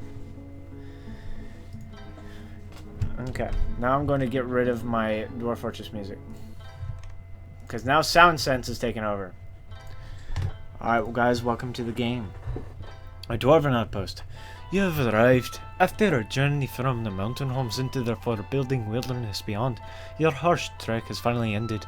Your party of 7 is to make an outpost for the glory of Olive Dumadrez. There are almost no supplies left, but with stout labour comes sustenance. Whether by bolt, plough or hook, provide for your dwarfs. You're expecting a supply caravan just before winter entombs you, but it is spring now. Enough time to delve, secure lodgings, ere the dingo men get hungry. A new chapter of Dwarven history begins here at this place. Goma Titon, Legendhall, strike the earth. And now, we're gonna wait for it to load up a little bit, because we are about to strike the earth. Strike them boys. I hope you guys enjoy. That's my starting a new fortress accent. It's my horrifyingly fake Scottish / Russian. It's really good, right? And the only reason why it's black right now and frozen is because it's doing the initial save that we had designated in the Lazy Noob pack. I'm cutting open a tangerine while this happens.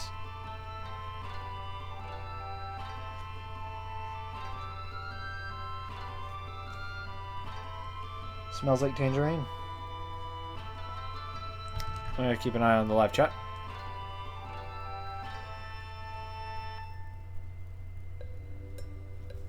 And here we are. Let me stop cutting my tangerine and get to biz.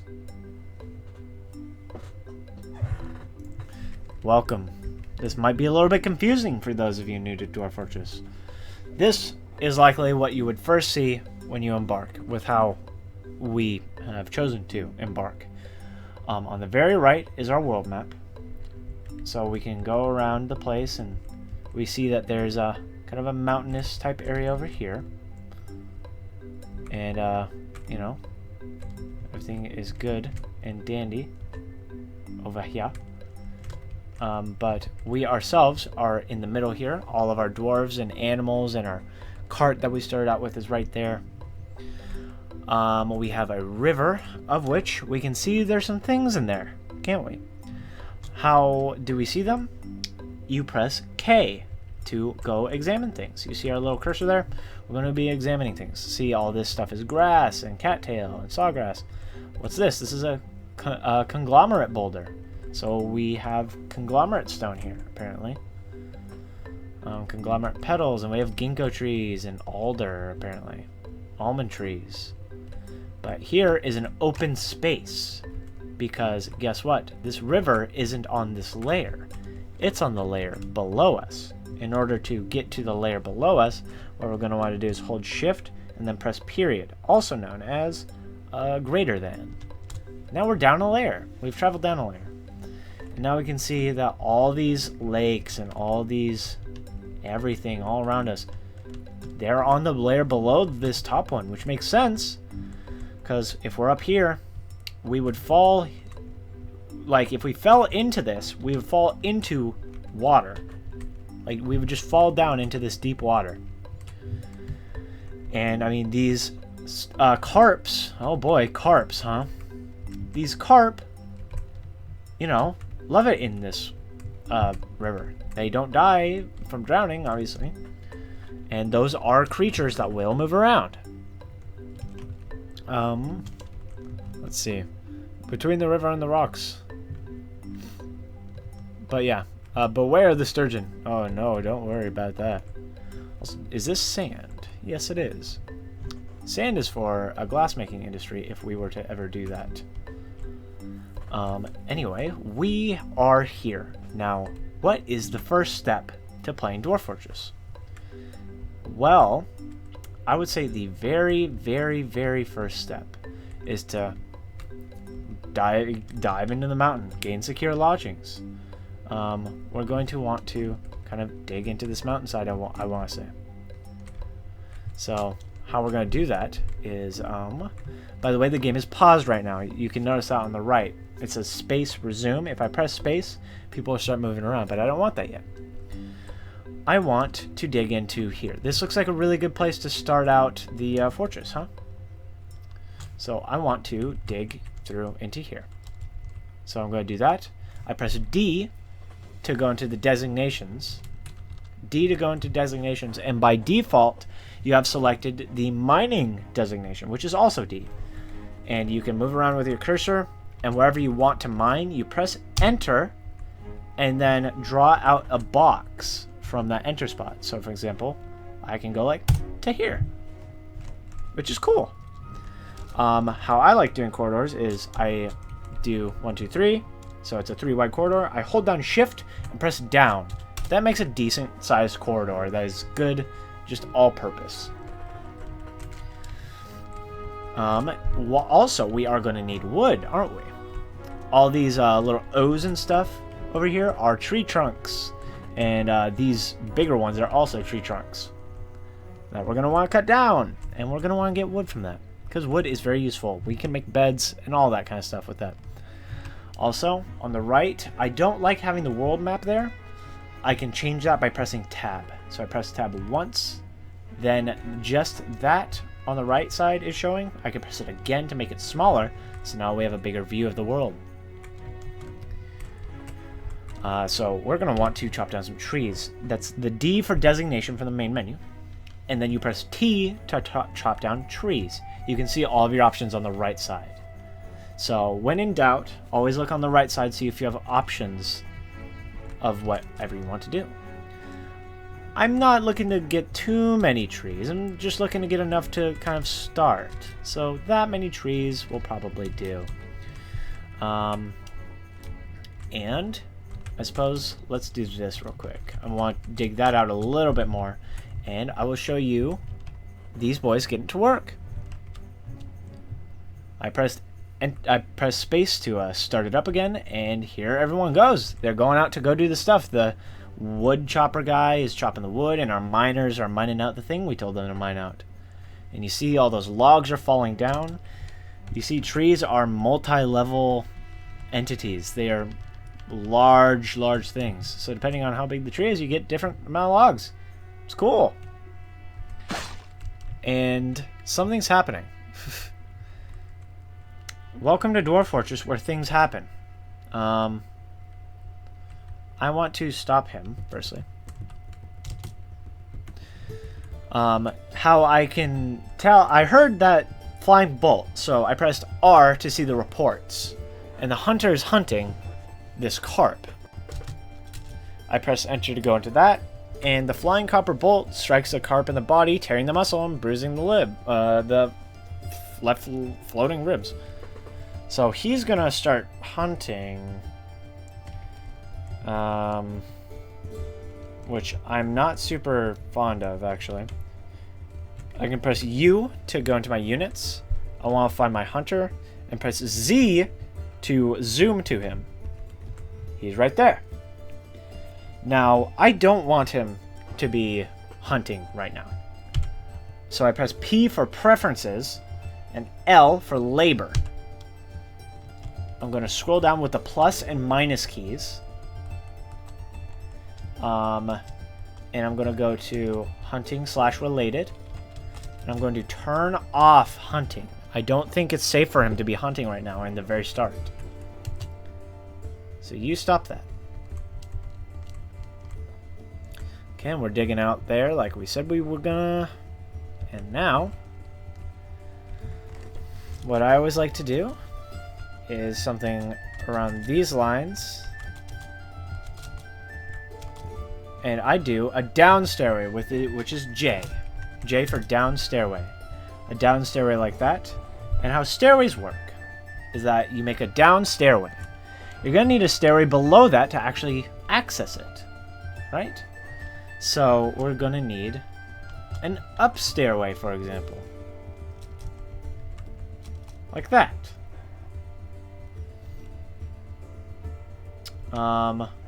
However, if I don't want to just go one level, I want to go multiple levels. I'm going to use the up-down stairway, which is I. Like that. So the down stairway goes to the up-down stairway, which I can also keep going down a little bit more. And watch this. I can go down more levels while I have it selected, and I can do that. And now all of those levels have the up-down stairway. And our guy is chopping trees, which is all fine and dandy. So let's leave him to that. We have struck pudding stone, huh? And we've struck limonite. Hey.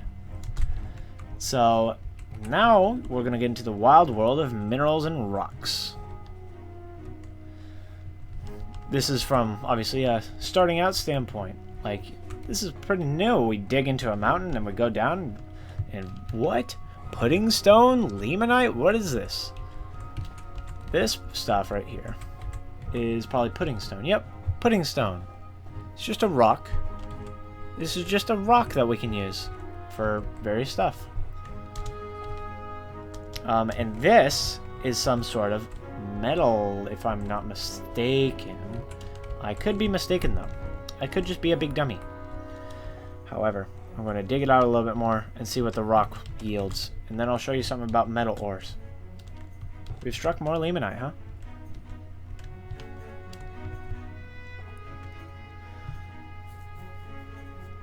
You have found sweet, sweet iron ore, says Only Facts Please. Yes. I am excited. We have struck gypsum. All right.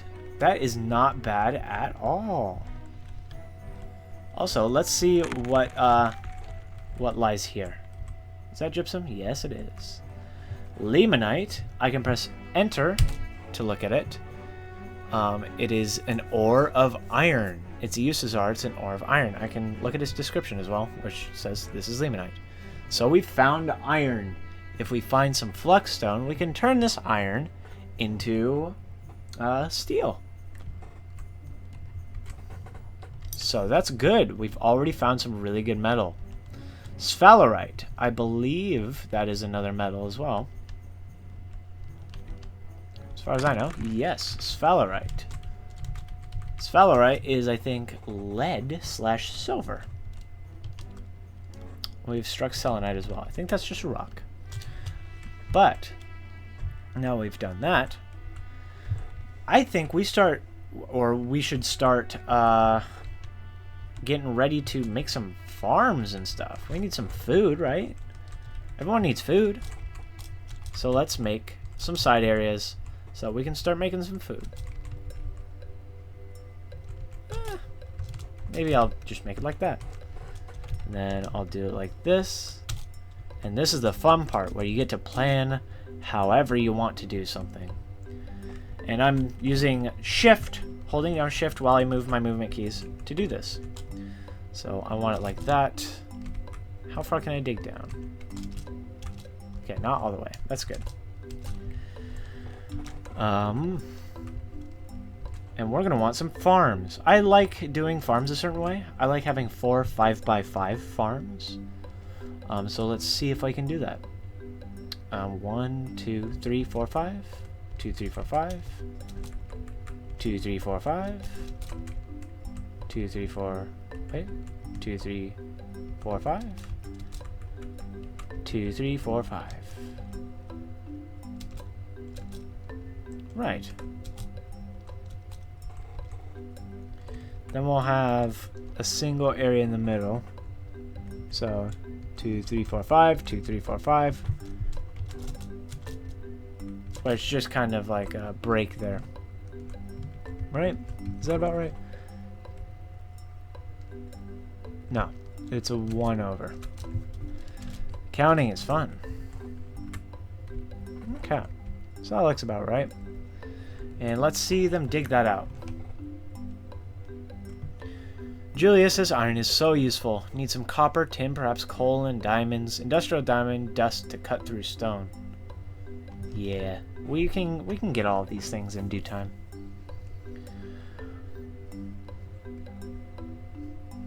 But now the miners are mining this out, obviously. However, you know what? I kind of want them to do the farms first because farms are important for survival. And whenever I pressed D to mine, I pressed minus to set a priority. You'll see it in the lower right. Set priority. It's going between 1, 2, 3, 4, 5, 6, 7. The lower the number, the higher the priority. So what I really want them to do is I want them to dig out the farms first and foremost. Then you can go and do the other stuff.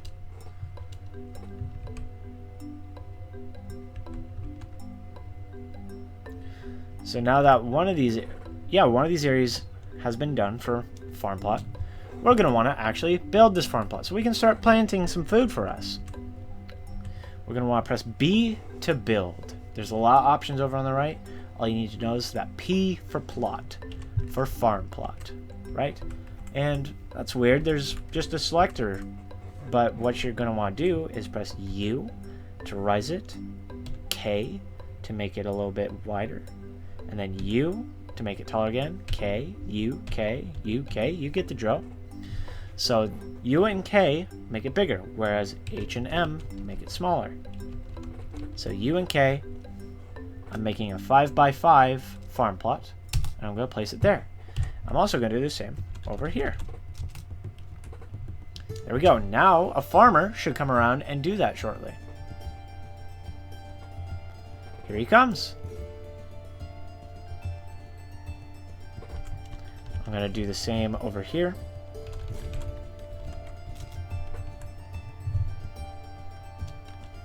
Okay, and we're going to build another plot here as well. So now we have 5 farm plots.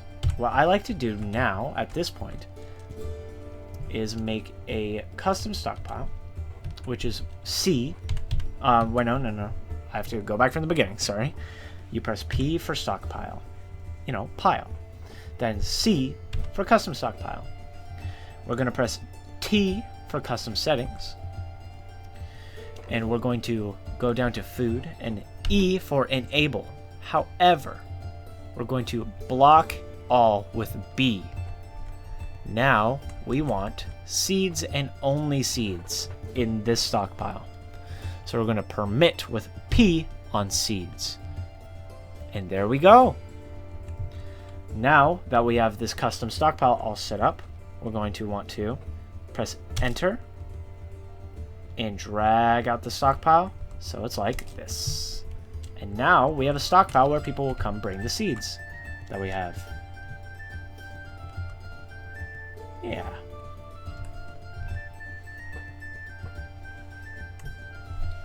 And so, yep, everyone's bringing the seed bags over. There it is.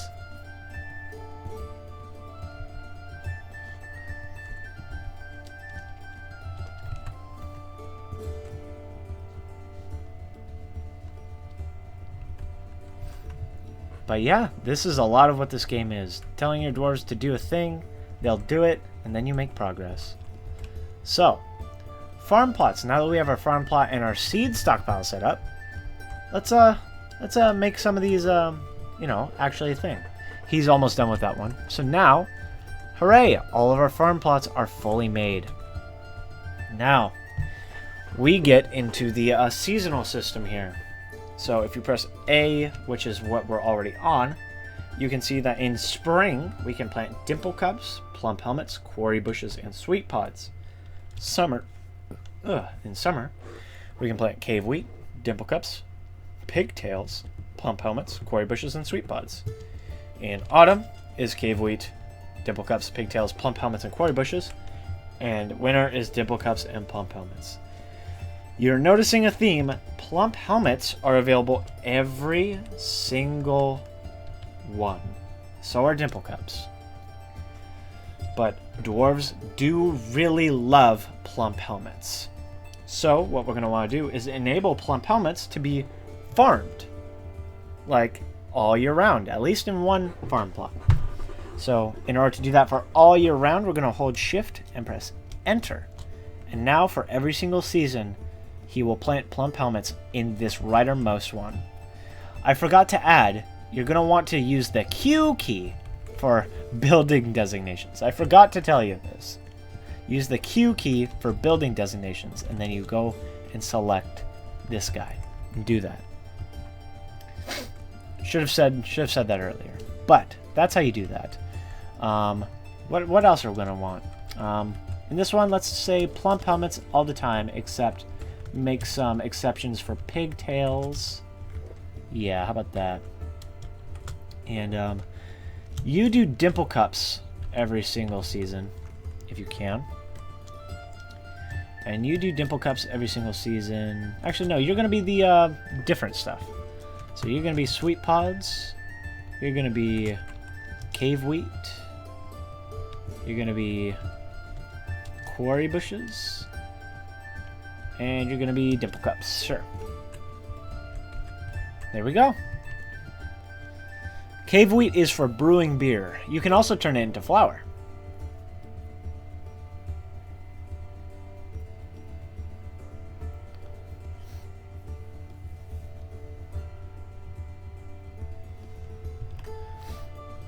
Awesome.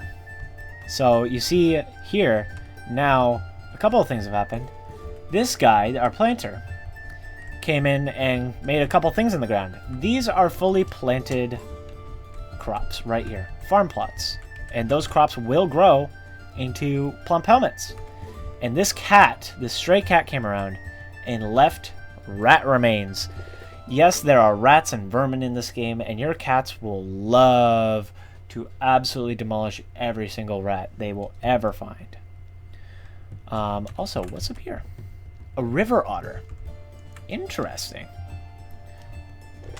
Anyway.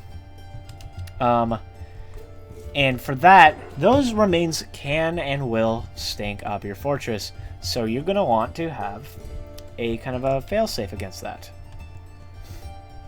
And my failsafe is I always put a refuse stockpile off to the side, away from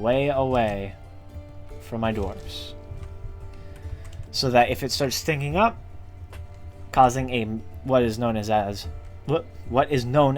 a miasma cloud, then it doesn't make anyone like super mad.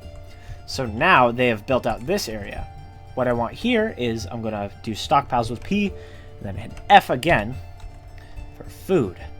We're gonna want to go all the way out here and make this entire thing a food stockpile. I'm going to designate I'm using Q for building settings again, and I'm going to press S to change its settings. Going to food, and I'm going to forbid seeds. There. Now everyone will move all the food to where it needs to go. Grinso says, do you use Auto Butcher and DF Hack, or do you keep track of the cat population yourself? I usually keep track of it myself. I do not Auto Butcher. How long does it take for the crops to grow? I really am unsure. It usually just ends up managing itself, and I don't really end up thinking too much about it. So, that is a question that I do not have the answer to. Okay, but now that we have this growing area over here, perhaps we should make an area to make use of all that wood, huh? Let's set our priority back to 4. 4 is the default. So, we're going to want to make an area for wood, etc. So, yeah, like that. And then we'll make a workshop area. Just, trust me, this is a pretty efficient way to do this. As far as I'm concerned, at least. Okay. Down like that. Yeah. Yeah, just like that. Okay. So I'll show you why I'm digging out in this kind of formation in a second. What's fighting? Dogs are fighting a river otter. Oh. That's interesting. Goodbye, river otter. Looks like that river otter is not having a good time. It's sick. It's dying. This river otter is not having a good time. Let's look at its wounds with W, by the way. That's if you press V, that's for people. And you press wounds for W, they're tired, nauseous, and they're all around just destroyed. Let's look at them. Small river mammal with a long body. They enjoy eating shellfish and other small animals. Her first left front toe is broken. Smashed open. Her lower body is cut open. Oh my god. That otter's not going to live very long, is it?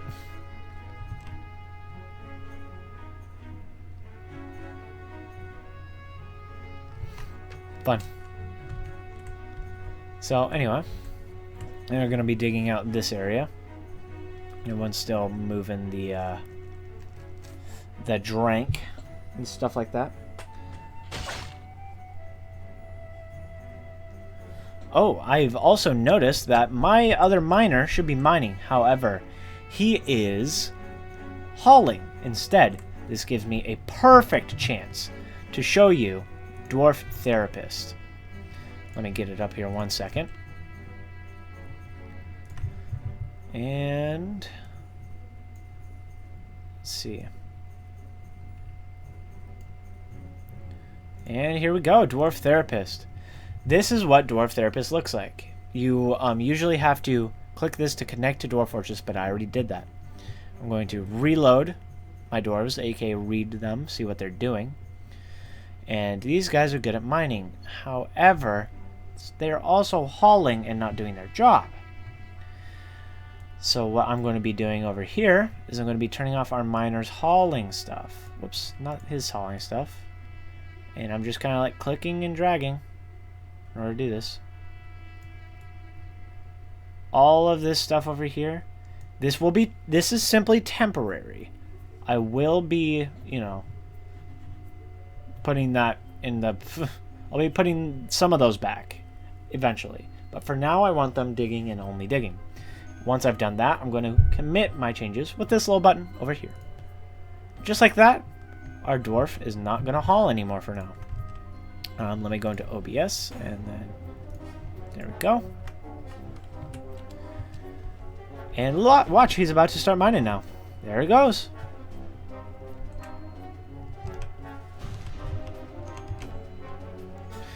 Grinso says, "Don't you have auto labor enabled?" Absolutely not. It destroys. It just makes everything wrong, in my opinion. By the way, subbed fellow Dwarf Fortress players need support. Thanks, man. Burneman, did you ever survive the first hellspawn wave? Let me see here. Do dwarves consume stone soup?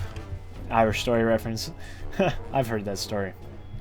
They consume various different kinds of soup. In fact, in the future, they might be consuming dog soup or something. Another river otter. Is it the same one? Or is it a different one?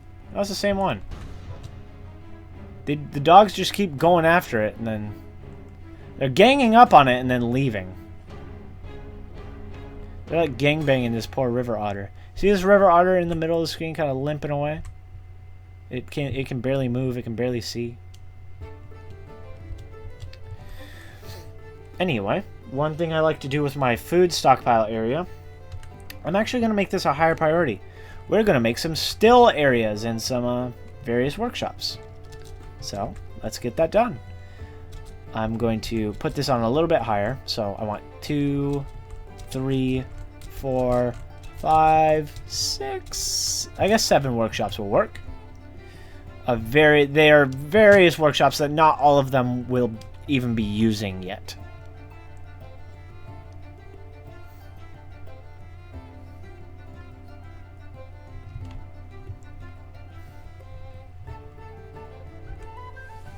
Started raining. Nice.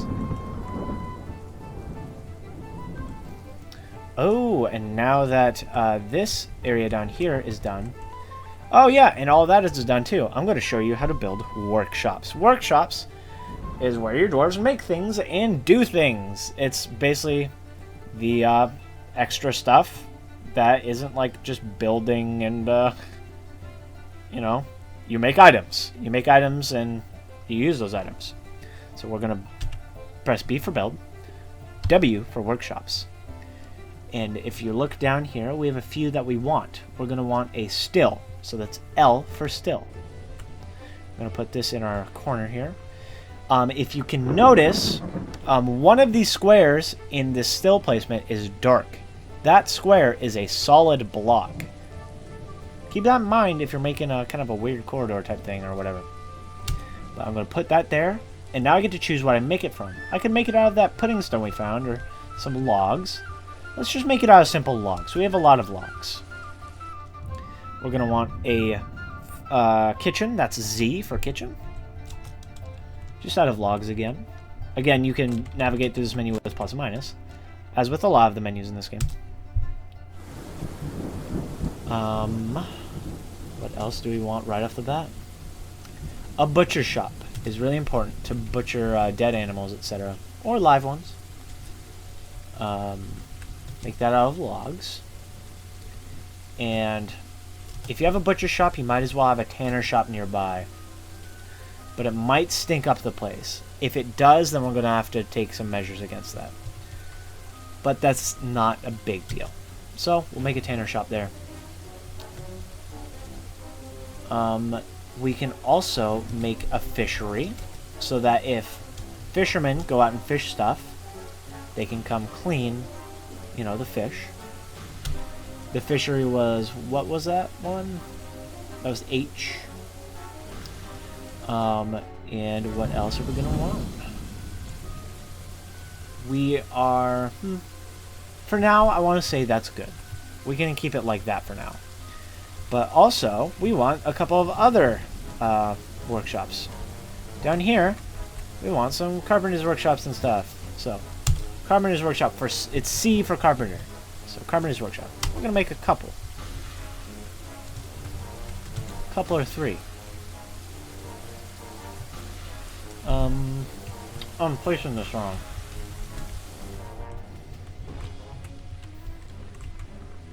I remember what I did wrong.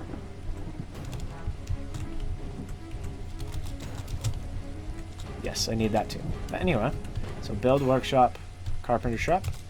Gonna make a couple of those. Or I guess the conglomerate.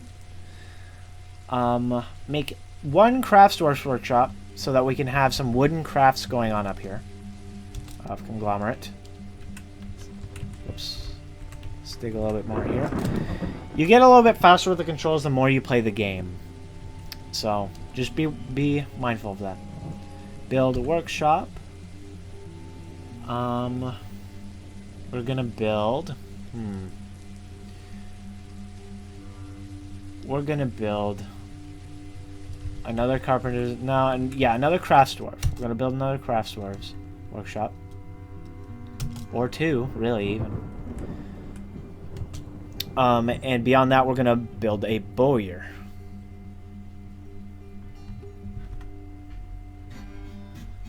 Is there any way to rotate the placement of workshops? No, there is not. They will always place in the same exact orientation, sadly. That is as far as I know. I could be wrong, but I do believe that that is how that goes. You cannot, as far as I am aware. Okay. And now, I'm going to build another craftsdwarf's workshop, because it's good to have a lot of those. You end up getting a lot of craftsdwarves around. Out of conglomerate. And I want one bowyer shop.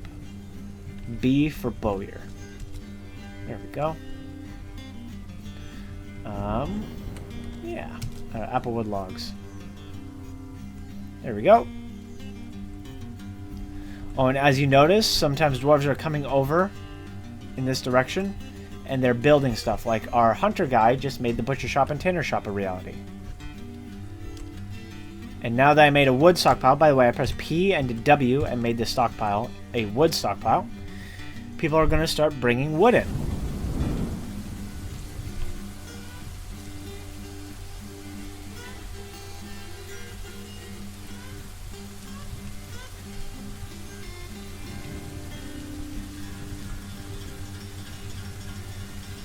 But at this point, the very early stage of this game is making sure you have a steady drink supply, a steady food supply, a dining room, and some beds. That's really the big thing. So let's actually start crafting some beds, huh? That's when you designate over with Q over the carpenter's workshop. You can press A to add a new task, then press B to make some beds. So just do that a few times, and you can count out, oh, let's make some, maybe 10 beds. Let's make maybe 20 beds. We want some excess because people will be joining us. So our carpenter will come around when he gets the chance and make some beds. Now, the area I made down here is going to be a furniture stockpile.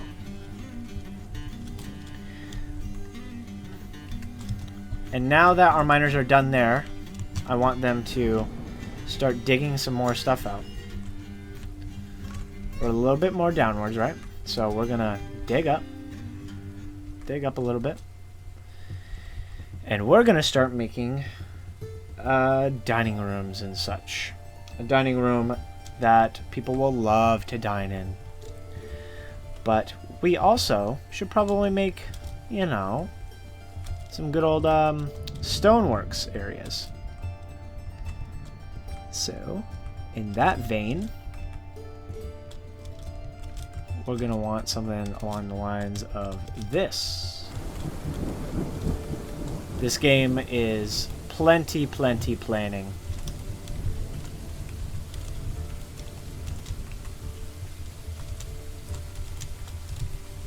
Okay, and there's that. This is going to be the stoneworking area for now.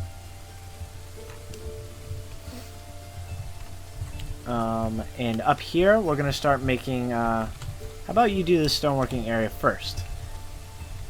I changed the priority to do that, by the way. So they're going to go do the stoneworking area. Oh, and the planter canceled plant seeds because he ran out of plump helmet spawn. That will happen. That will happen. People run out of seeds, and you'll just have to kind of wait around and get more seeds. You can get seeds from plump helmets by brewing them, but you do not get plump helmet seeds from cooking them. So that is very important. In fact, right now, I would press Z, and then press the right on the arrow keys and press Enter. We have plump helmets as a vegetable slash fruit slash leaf. We have around 10 questionably of them. We're going to toggle cook. So we will no longer cook plump helmets. We always want to either brew or eat them raw because we need the seeds. Also, seeds can also be cooked, so we gotta make sure they're not being. Good, they're not. That's good. Drinks can be cooked as well. And so can milk. So, there's that.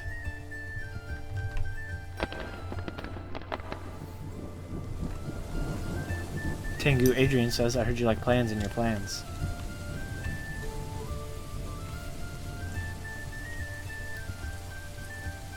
Wonderful.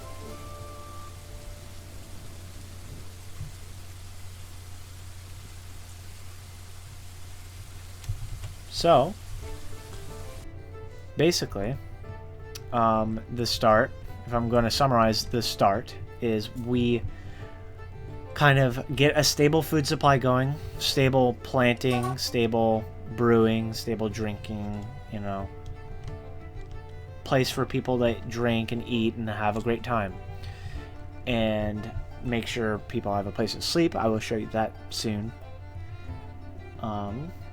And basically, once you get secure lodgings, once you have a dining room, then it's kind of free reign and you can do what you like for the most part. As long as you have enough food for everybody coming in, it's all you. You just have to learn the controls. And of course, there are some things that need to be explained still after that. I don't plan to like just ditch everybody after I stop streaming today.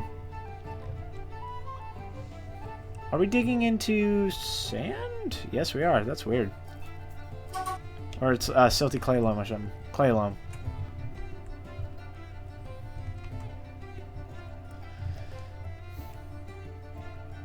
Tengu Adrian said, I saw the end to Deadtown. Needed the slip and slide. It's true. We're going to go back to Deadtown at some point soon, by the way.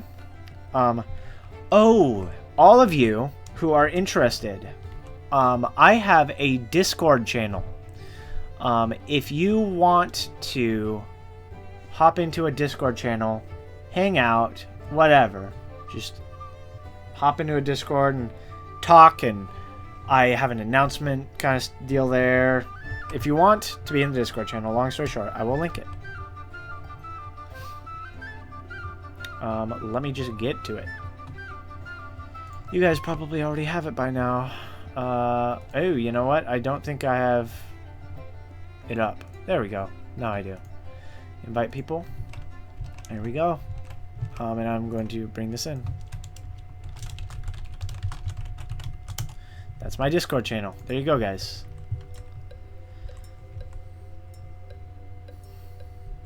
And everyone's still bringing wood in from outside, which is good.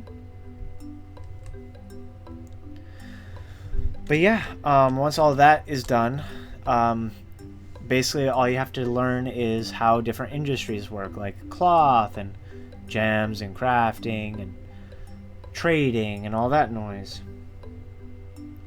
But this game is very intuitive. Once you learn how to do one thing, you've most likely learned how to do another thing.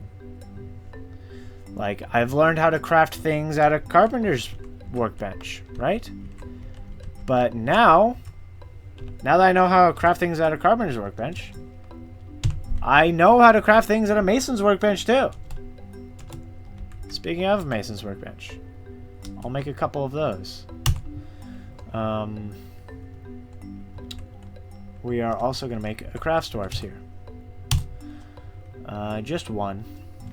We are also going to make a jeweler's here. You know, just follow along with what letters they are. You can pause and look if you want at what they are. But I've done a jeweler. I've done a mason or two. I've done a crafts dwarf. I'm also going to want at least one mechanics workshop. They build mechanisms, which is good for traps. Traps is a very important and great system. You're going to want to utilize it. And elsewise, I would just say another crafts workshop, just to top it off. It's just nice to have enough of stuff, you know? And now this thing on the left is now for stone. This is a stone stockpile. People are gonna want to use wheelbarrows for that stone, because that sucks carrying just stones, right? So we're gonna want some wheelbarrows made. People are gonna use those wheelbarrows to carry the stone. You're always gonna want to have wheelbarrows sitting around.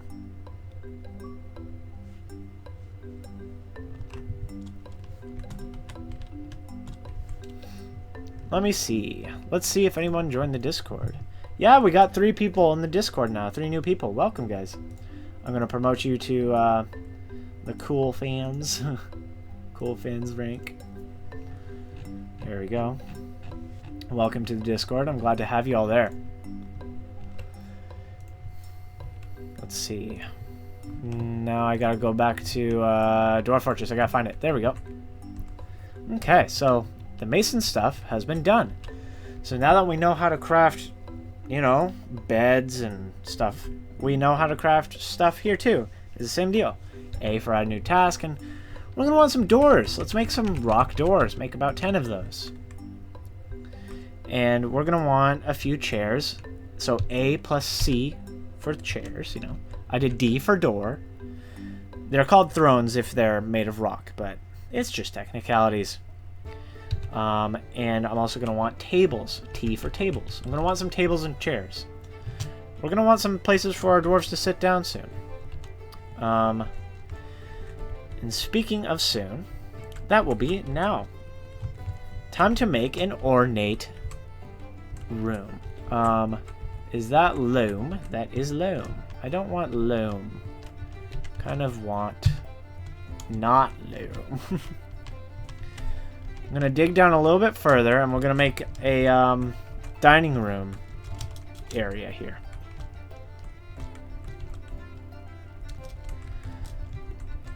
Alright.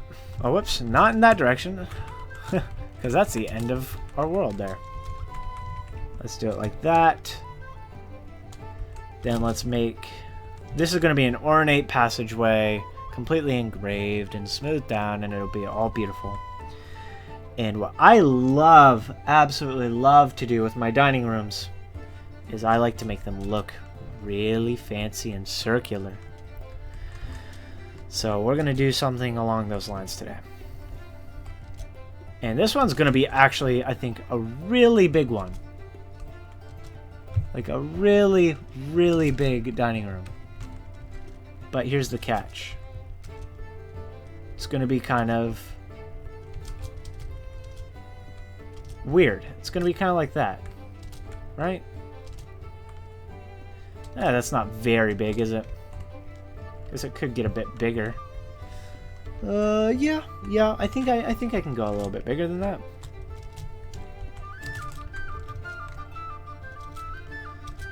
Okay.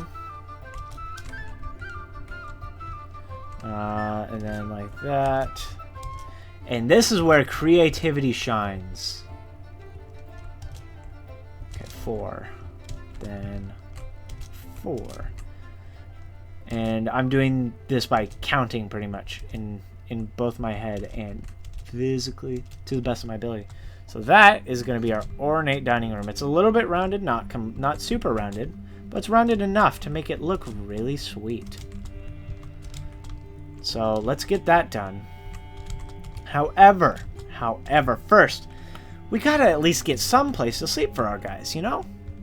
So let's do that real quick. Let's get a little offshoot for people to just bed down at if they don't got a room. Let's do that. Right there. That works right there.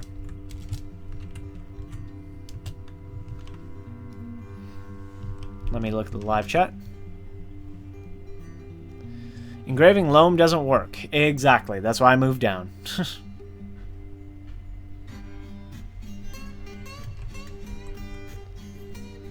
Okay. Cool. So we dug down here, and we have a few beds already. So this means we can place them down by pressing B and then B for bed. Now let's place it down right here. Oaken bed. Let's place them kind of like this along the wall there. Let's leave an area for people to get to the beds. Okay. There we go. That's just a matter of me pressing B, pressing enter to place it down, and pressing enter again to choose the bed. So people are going to move the beds into there. And do we have a door yet? No, we do not. One thing you can do if you want something done now is you can press N for do this now. So he's going to move over his task to just go do that door real quick. Because we want one door. We want that door so that they don't get grumpy about being woken up. That's pretty much it. We're striking a lot of stuff, I'll tell you that. A lot of gypsum.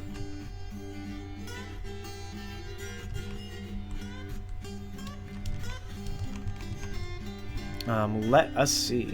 Still have around 20 people watching. It's awesome. Thanks, guys. Thanks for watching. Let's check the channel subs, see how many we've gotten. Boop-a-doo. Wow, we went up to 249? I was at like 243 today. Guys, that's awesome. I appreciate you guys so much. You know that. Okay, cool. So a lot of doors are being made, so we can actually place down some doors. Let's place down a door to the dining room. Just like that. Unless Dwarf Fortress is having a fit, which it is. But it'll be fine in a moment. Did someone text me? No, no one texted me.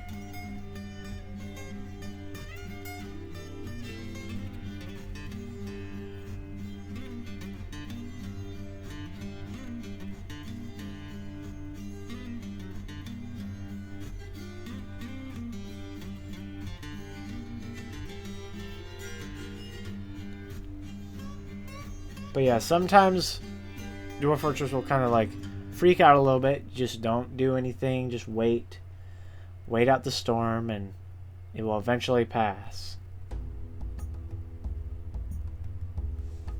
There we go. It did pass. So we built a door there.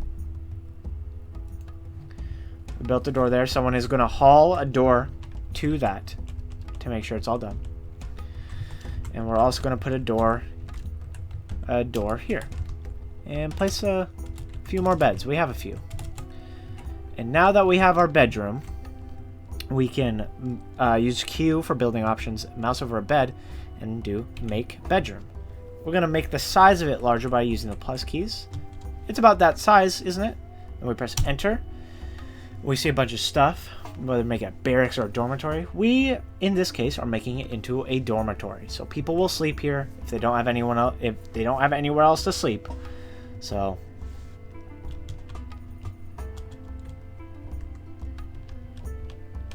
let's see, how many wheelbarrows are set to here? 1? No. How about 10? Just kidding. 5. 5. That's fine.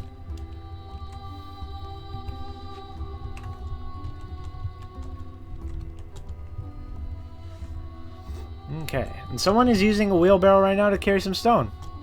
See that? He took that wheelbarrow. This is a wheelbarrow right here. Wheelbarrow number 6.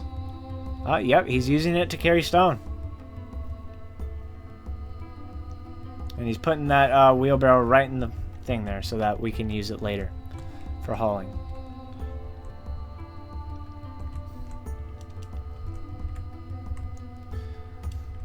All right. I'm just looking at the live chat again. Season change or something? Nah. No. Place some torches here and there for lighting. Oh, well, that's something. That's an idea, isn't it? There aren't exactly torches because dwarves don't need light, really, to get around. They have dark sight. They can see in the dark perfectly fine, get around, have a great old time in the dark. But you can let sunlight seep into an indoor area. The new season is summer. With glass. And with that, we are in summer. The game is saving because we set it to autosave in our LMP. And that's good because sometimes when you try to manually save, it will crash your game, which you don't want that to happen. That's the last thing you want to do. The last thing you want is your game crashing when you're trying to save. It's happened to me a good many times. I'm going to continue opening up my tangerine now. It's all juicy and gross because I cut into it wrong. So it's going to get my hands all sticky. Grody.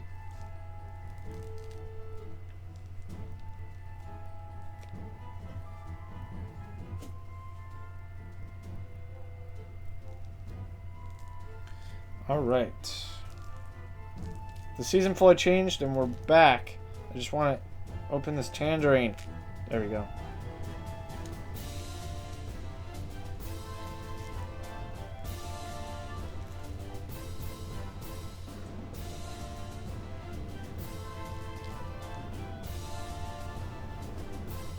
There we go. Opened my tangerine. Now we'll eat it slowly as we do our thing.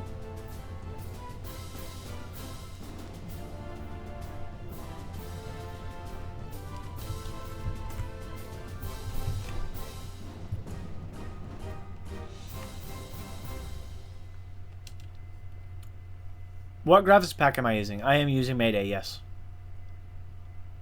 Just like Garrick said, I'm using Mayday. Is dark sight UV or infrared sight? I would assume it's UV, because they just have better attuned vision to the dark. Kind of like cats, weirdly enough.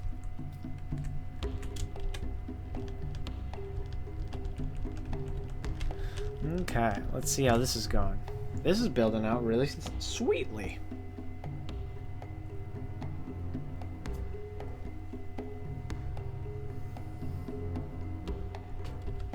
In fact, let's build some tables. Oh wait, he hasn't made any tables yet. That is unfortunate. You still making doors? No, he's starting to make tables and chairs. Let's make some more of those also.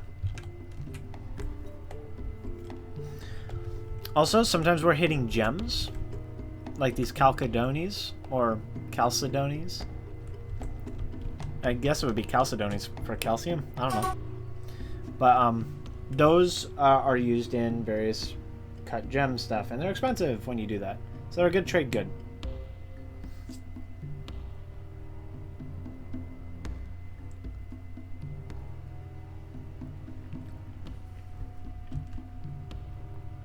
Okay.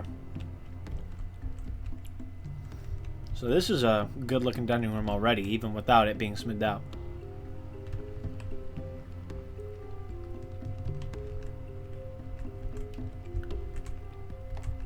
And that is a lot of gypsum. So we can make all the gypsum plaster in the world. That will come another day though. No. Also we have selenite, which is for the same thing. Wonderful.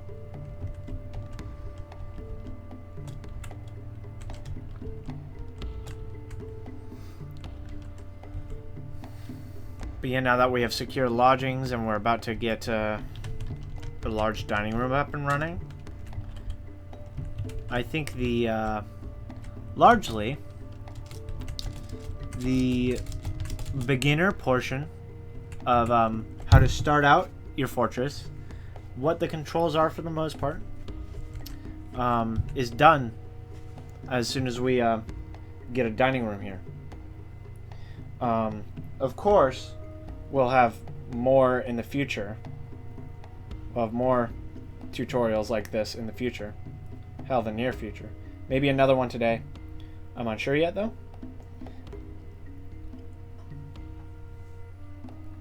But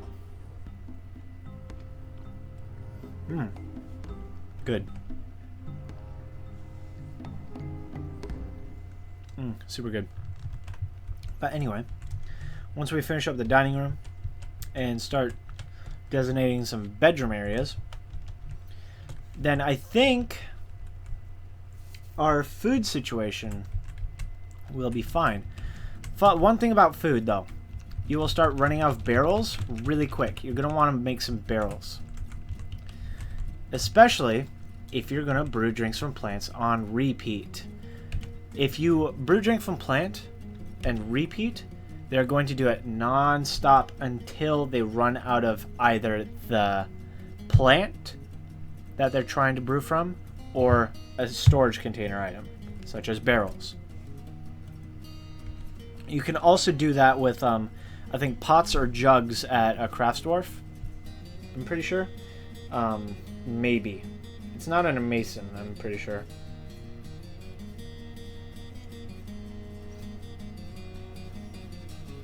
But regardless, you're going to want to... If you press Z, you can look at your stores. We only have like one piece of meat. We have 40 plants, 30 or so drinks, which isn't horrible, all things considered, because we have not many dwarves at all. However, sooner rather than later, we might want to get a fisher dwarf to start doing fisherman duty. Let's get our miners to mine out some more things. Probably being some bedroom areas, huh? This is how I do bedroom areas. First of all, just like that. And now, bedroom areas, I give them... A lot of people give dwarves bedrooms that size. However, I feel that's way too confining. I give dwarves that wide of a size. Then they believe that they have a decent bedroom. If a dwarf has a decent bedroom to themselves, they will get happy thoughts from it.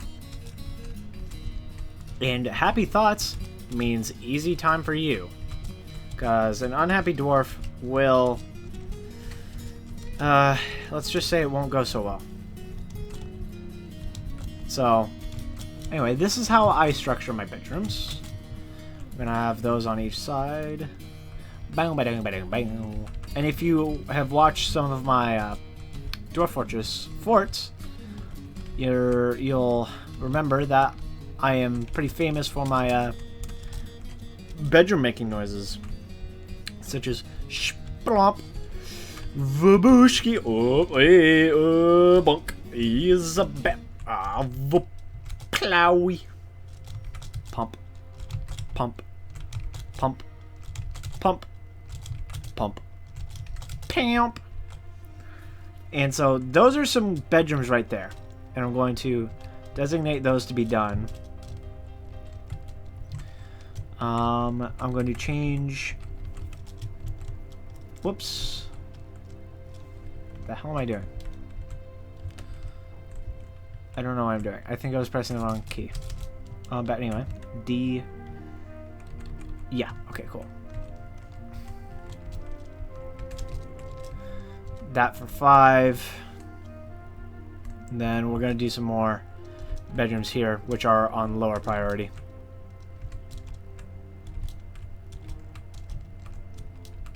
Shoot.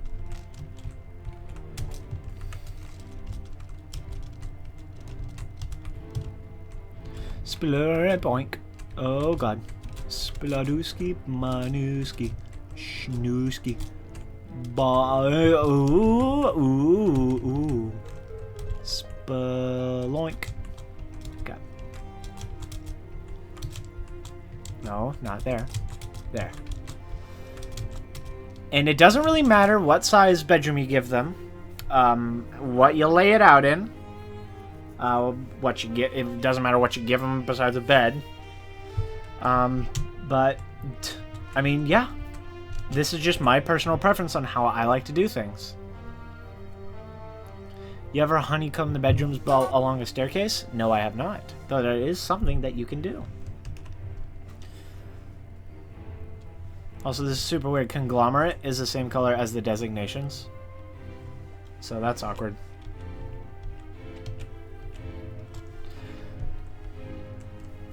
So know that those bedrooms are getting done. Also, at some point, we will get a merchant. We might as well prepare for that now. I press B to build, capital D for a trade depot. We're going to place it right outside out of Elder Logs. And it will get built eventually. Someone will come around and be like, hey, I'll do this. Someone with architecture or something.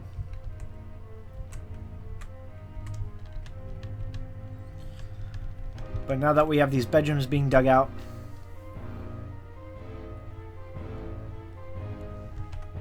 now we have those bedrooms dug out, it's working out swimmingly. We are going to want more and more bedrooms as more and more dwarves come along, and I mean, this is Dwarf Fortress. This is Dwarf Fortress. We've already gotten a decent kind of stone stuff going on. We found iron. We found some silver as well. We haven't dug quite down to get there.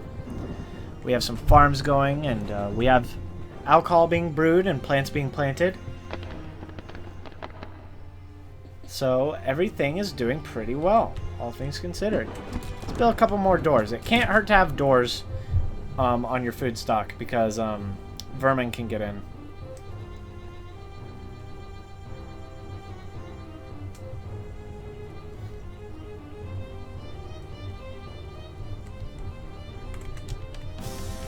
Let's see if we can make this place into a thing. Okay, cool. Except no one is hauling furniture right now. There's a couple people hauling furniture, I guess, then. Yeah, there's one person. There we go, now we have one chair.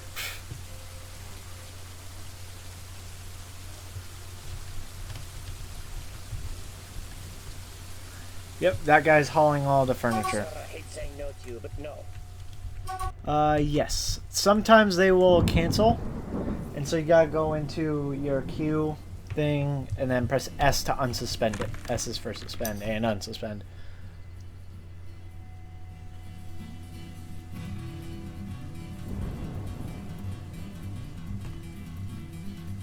Okay, cool. Now we have 3 chairs in here. If we get a table in here, we can designate this as a dining room. And we are getting a table in here. There it is. Now we're going to mouse over the table with the Q designation and make this a dining room. This is also a meeting hall. I press H for meeting hall. And now everyone that's idle, even the animals, will all come down. Some animals are grazing animals, though, and you're not going to want them to come down. Make a zone with I. I is for zones. So I is for zones. Then make a zone kind of like a stockpile. Once you're done with that, you're going to want to press N to turn it into a pen/pasture. N, like capital N, to kind of like do the thing. And U and Ram, they need grass to survive. They can't be down there. And horses. We brought horses as well, apparently. They need grass. Bless me. But, long story short, the animals will stay in their pasture area as long as you make one there. Razor Thanks says, "What's up, bro?" Hey, what's up, my guy? Welcome. I'm looking in the chat. Okay. So anyway, all the animals and stuff are just going to go down to the meeting hall anyway for now. But then they're going to get moved at some point. So now that we have all that done, I think we have delving into the earth and kind of gathering secure lodgings. I think we have it down. I think that this part is done. Firstly, I'm gonna make a wall here. Actually, by building a wall, it's B, capital C for construct, and then W for wall. I want to build a wall here so that we can out of conglomerate, out of a stone, so that we can lock our front doors if we so need to. It's always good to have security early on, just in case. Sir, there's some more doors that have migrants. Oh, excellent. Hopefully someone brought a cat. I love cats. So this is how migrants work. Delicious. They embarked, or they are coming from the left side there. So let's see them come down. They coming? Yes, they are. And we have ourselves. Let's wait until they get down to the bottom level. So this guy here is a glazer. He's only good at glazing. Well, you, my friend, now have a new job, don't you? You are now into pottery. I'm getting a lot of messages on Discord. Okay. And you know what? You are also now a cleaner and fisher. This guy is a competent Dwarf farmer. Interesting. Who's just a dyer, beekeeper, poet, miller. But he's a Dwarf, so that's interesting. This other farmer is a competent axe dwarf. Okay, and he's a great musician too. This guy is a tanner, brewer, and a shearer. This guy is a kind of a Dwarf. He's kind of a hunter. And he brought with him a goat kid. I think that's all migrants. Oh god, I'm getting spammed on Discord. Firstly, the goat kid goes out here, and Horsefall goes out here too. So, with the migrants arriving, I think I'm going to leave it at that. They're gone down to the meeting hall, right? Yep, everyone's in the meeting hall. And let's calm down, Discord. Calm down. Oh, I have a... Wait, no. Why? Anyway, I'm gonna leave it at that. I need to take a break, get some liquid in me, get some food, take a potassium tablet because I need to. And I will continue this tutorial for it soon. Again, if you're new to the channel, hi, what's up? You know, feel free to like if you did, comment if you're watching this after the fact. Let me know if this helped you. Let me know what you would like help with, and I can definitely do that for you. I can try and figure out something. And I have a Discord. I have a Discord. Those of you who have not gotten my Discord, I will link it really quick.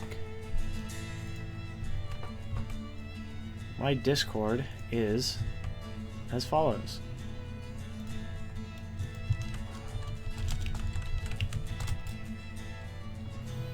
So yeah, anyway, thanks everybody so much for watching. Again, if you're new, you might want to watch back a couple of my older Dwarf Fortress stuff, like Ivory Trades and Dead Town, which are both currently ongoing. I usually like to take votes in the Discord as to what I play every time I stream. I usually stream Hearthstone, Enter the Gungeon, Dwarf Fortress, and last night I did an uncommentated run of Dead Cells. So I'm really into roguelikes. So if you have any roguelikes you want to see me do, just let me know. And anyway, until next time, guys, I will see you in the next. I'm gonna do the Markiplier outro. I will see you in the next video. Now I'll see you next stream, and thanks for watching, guys. Peace out.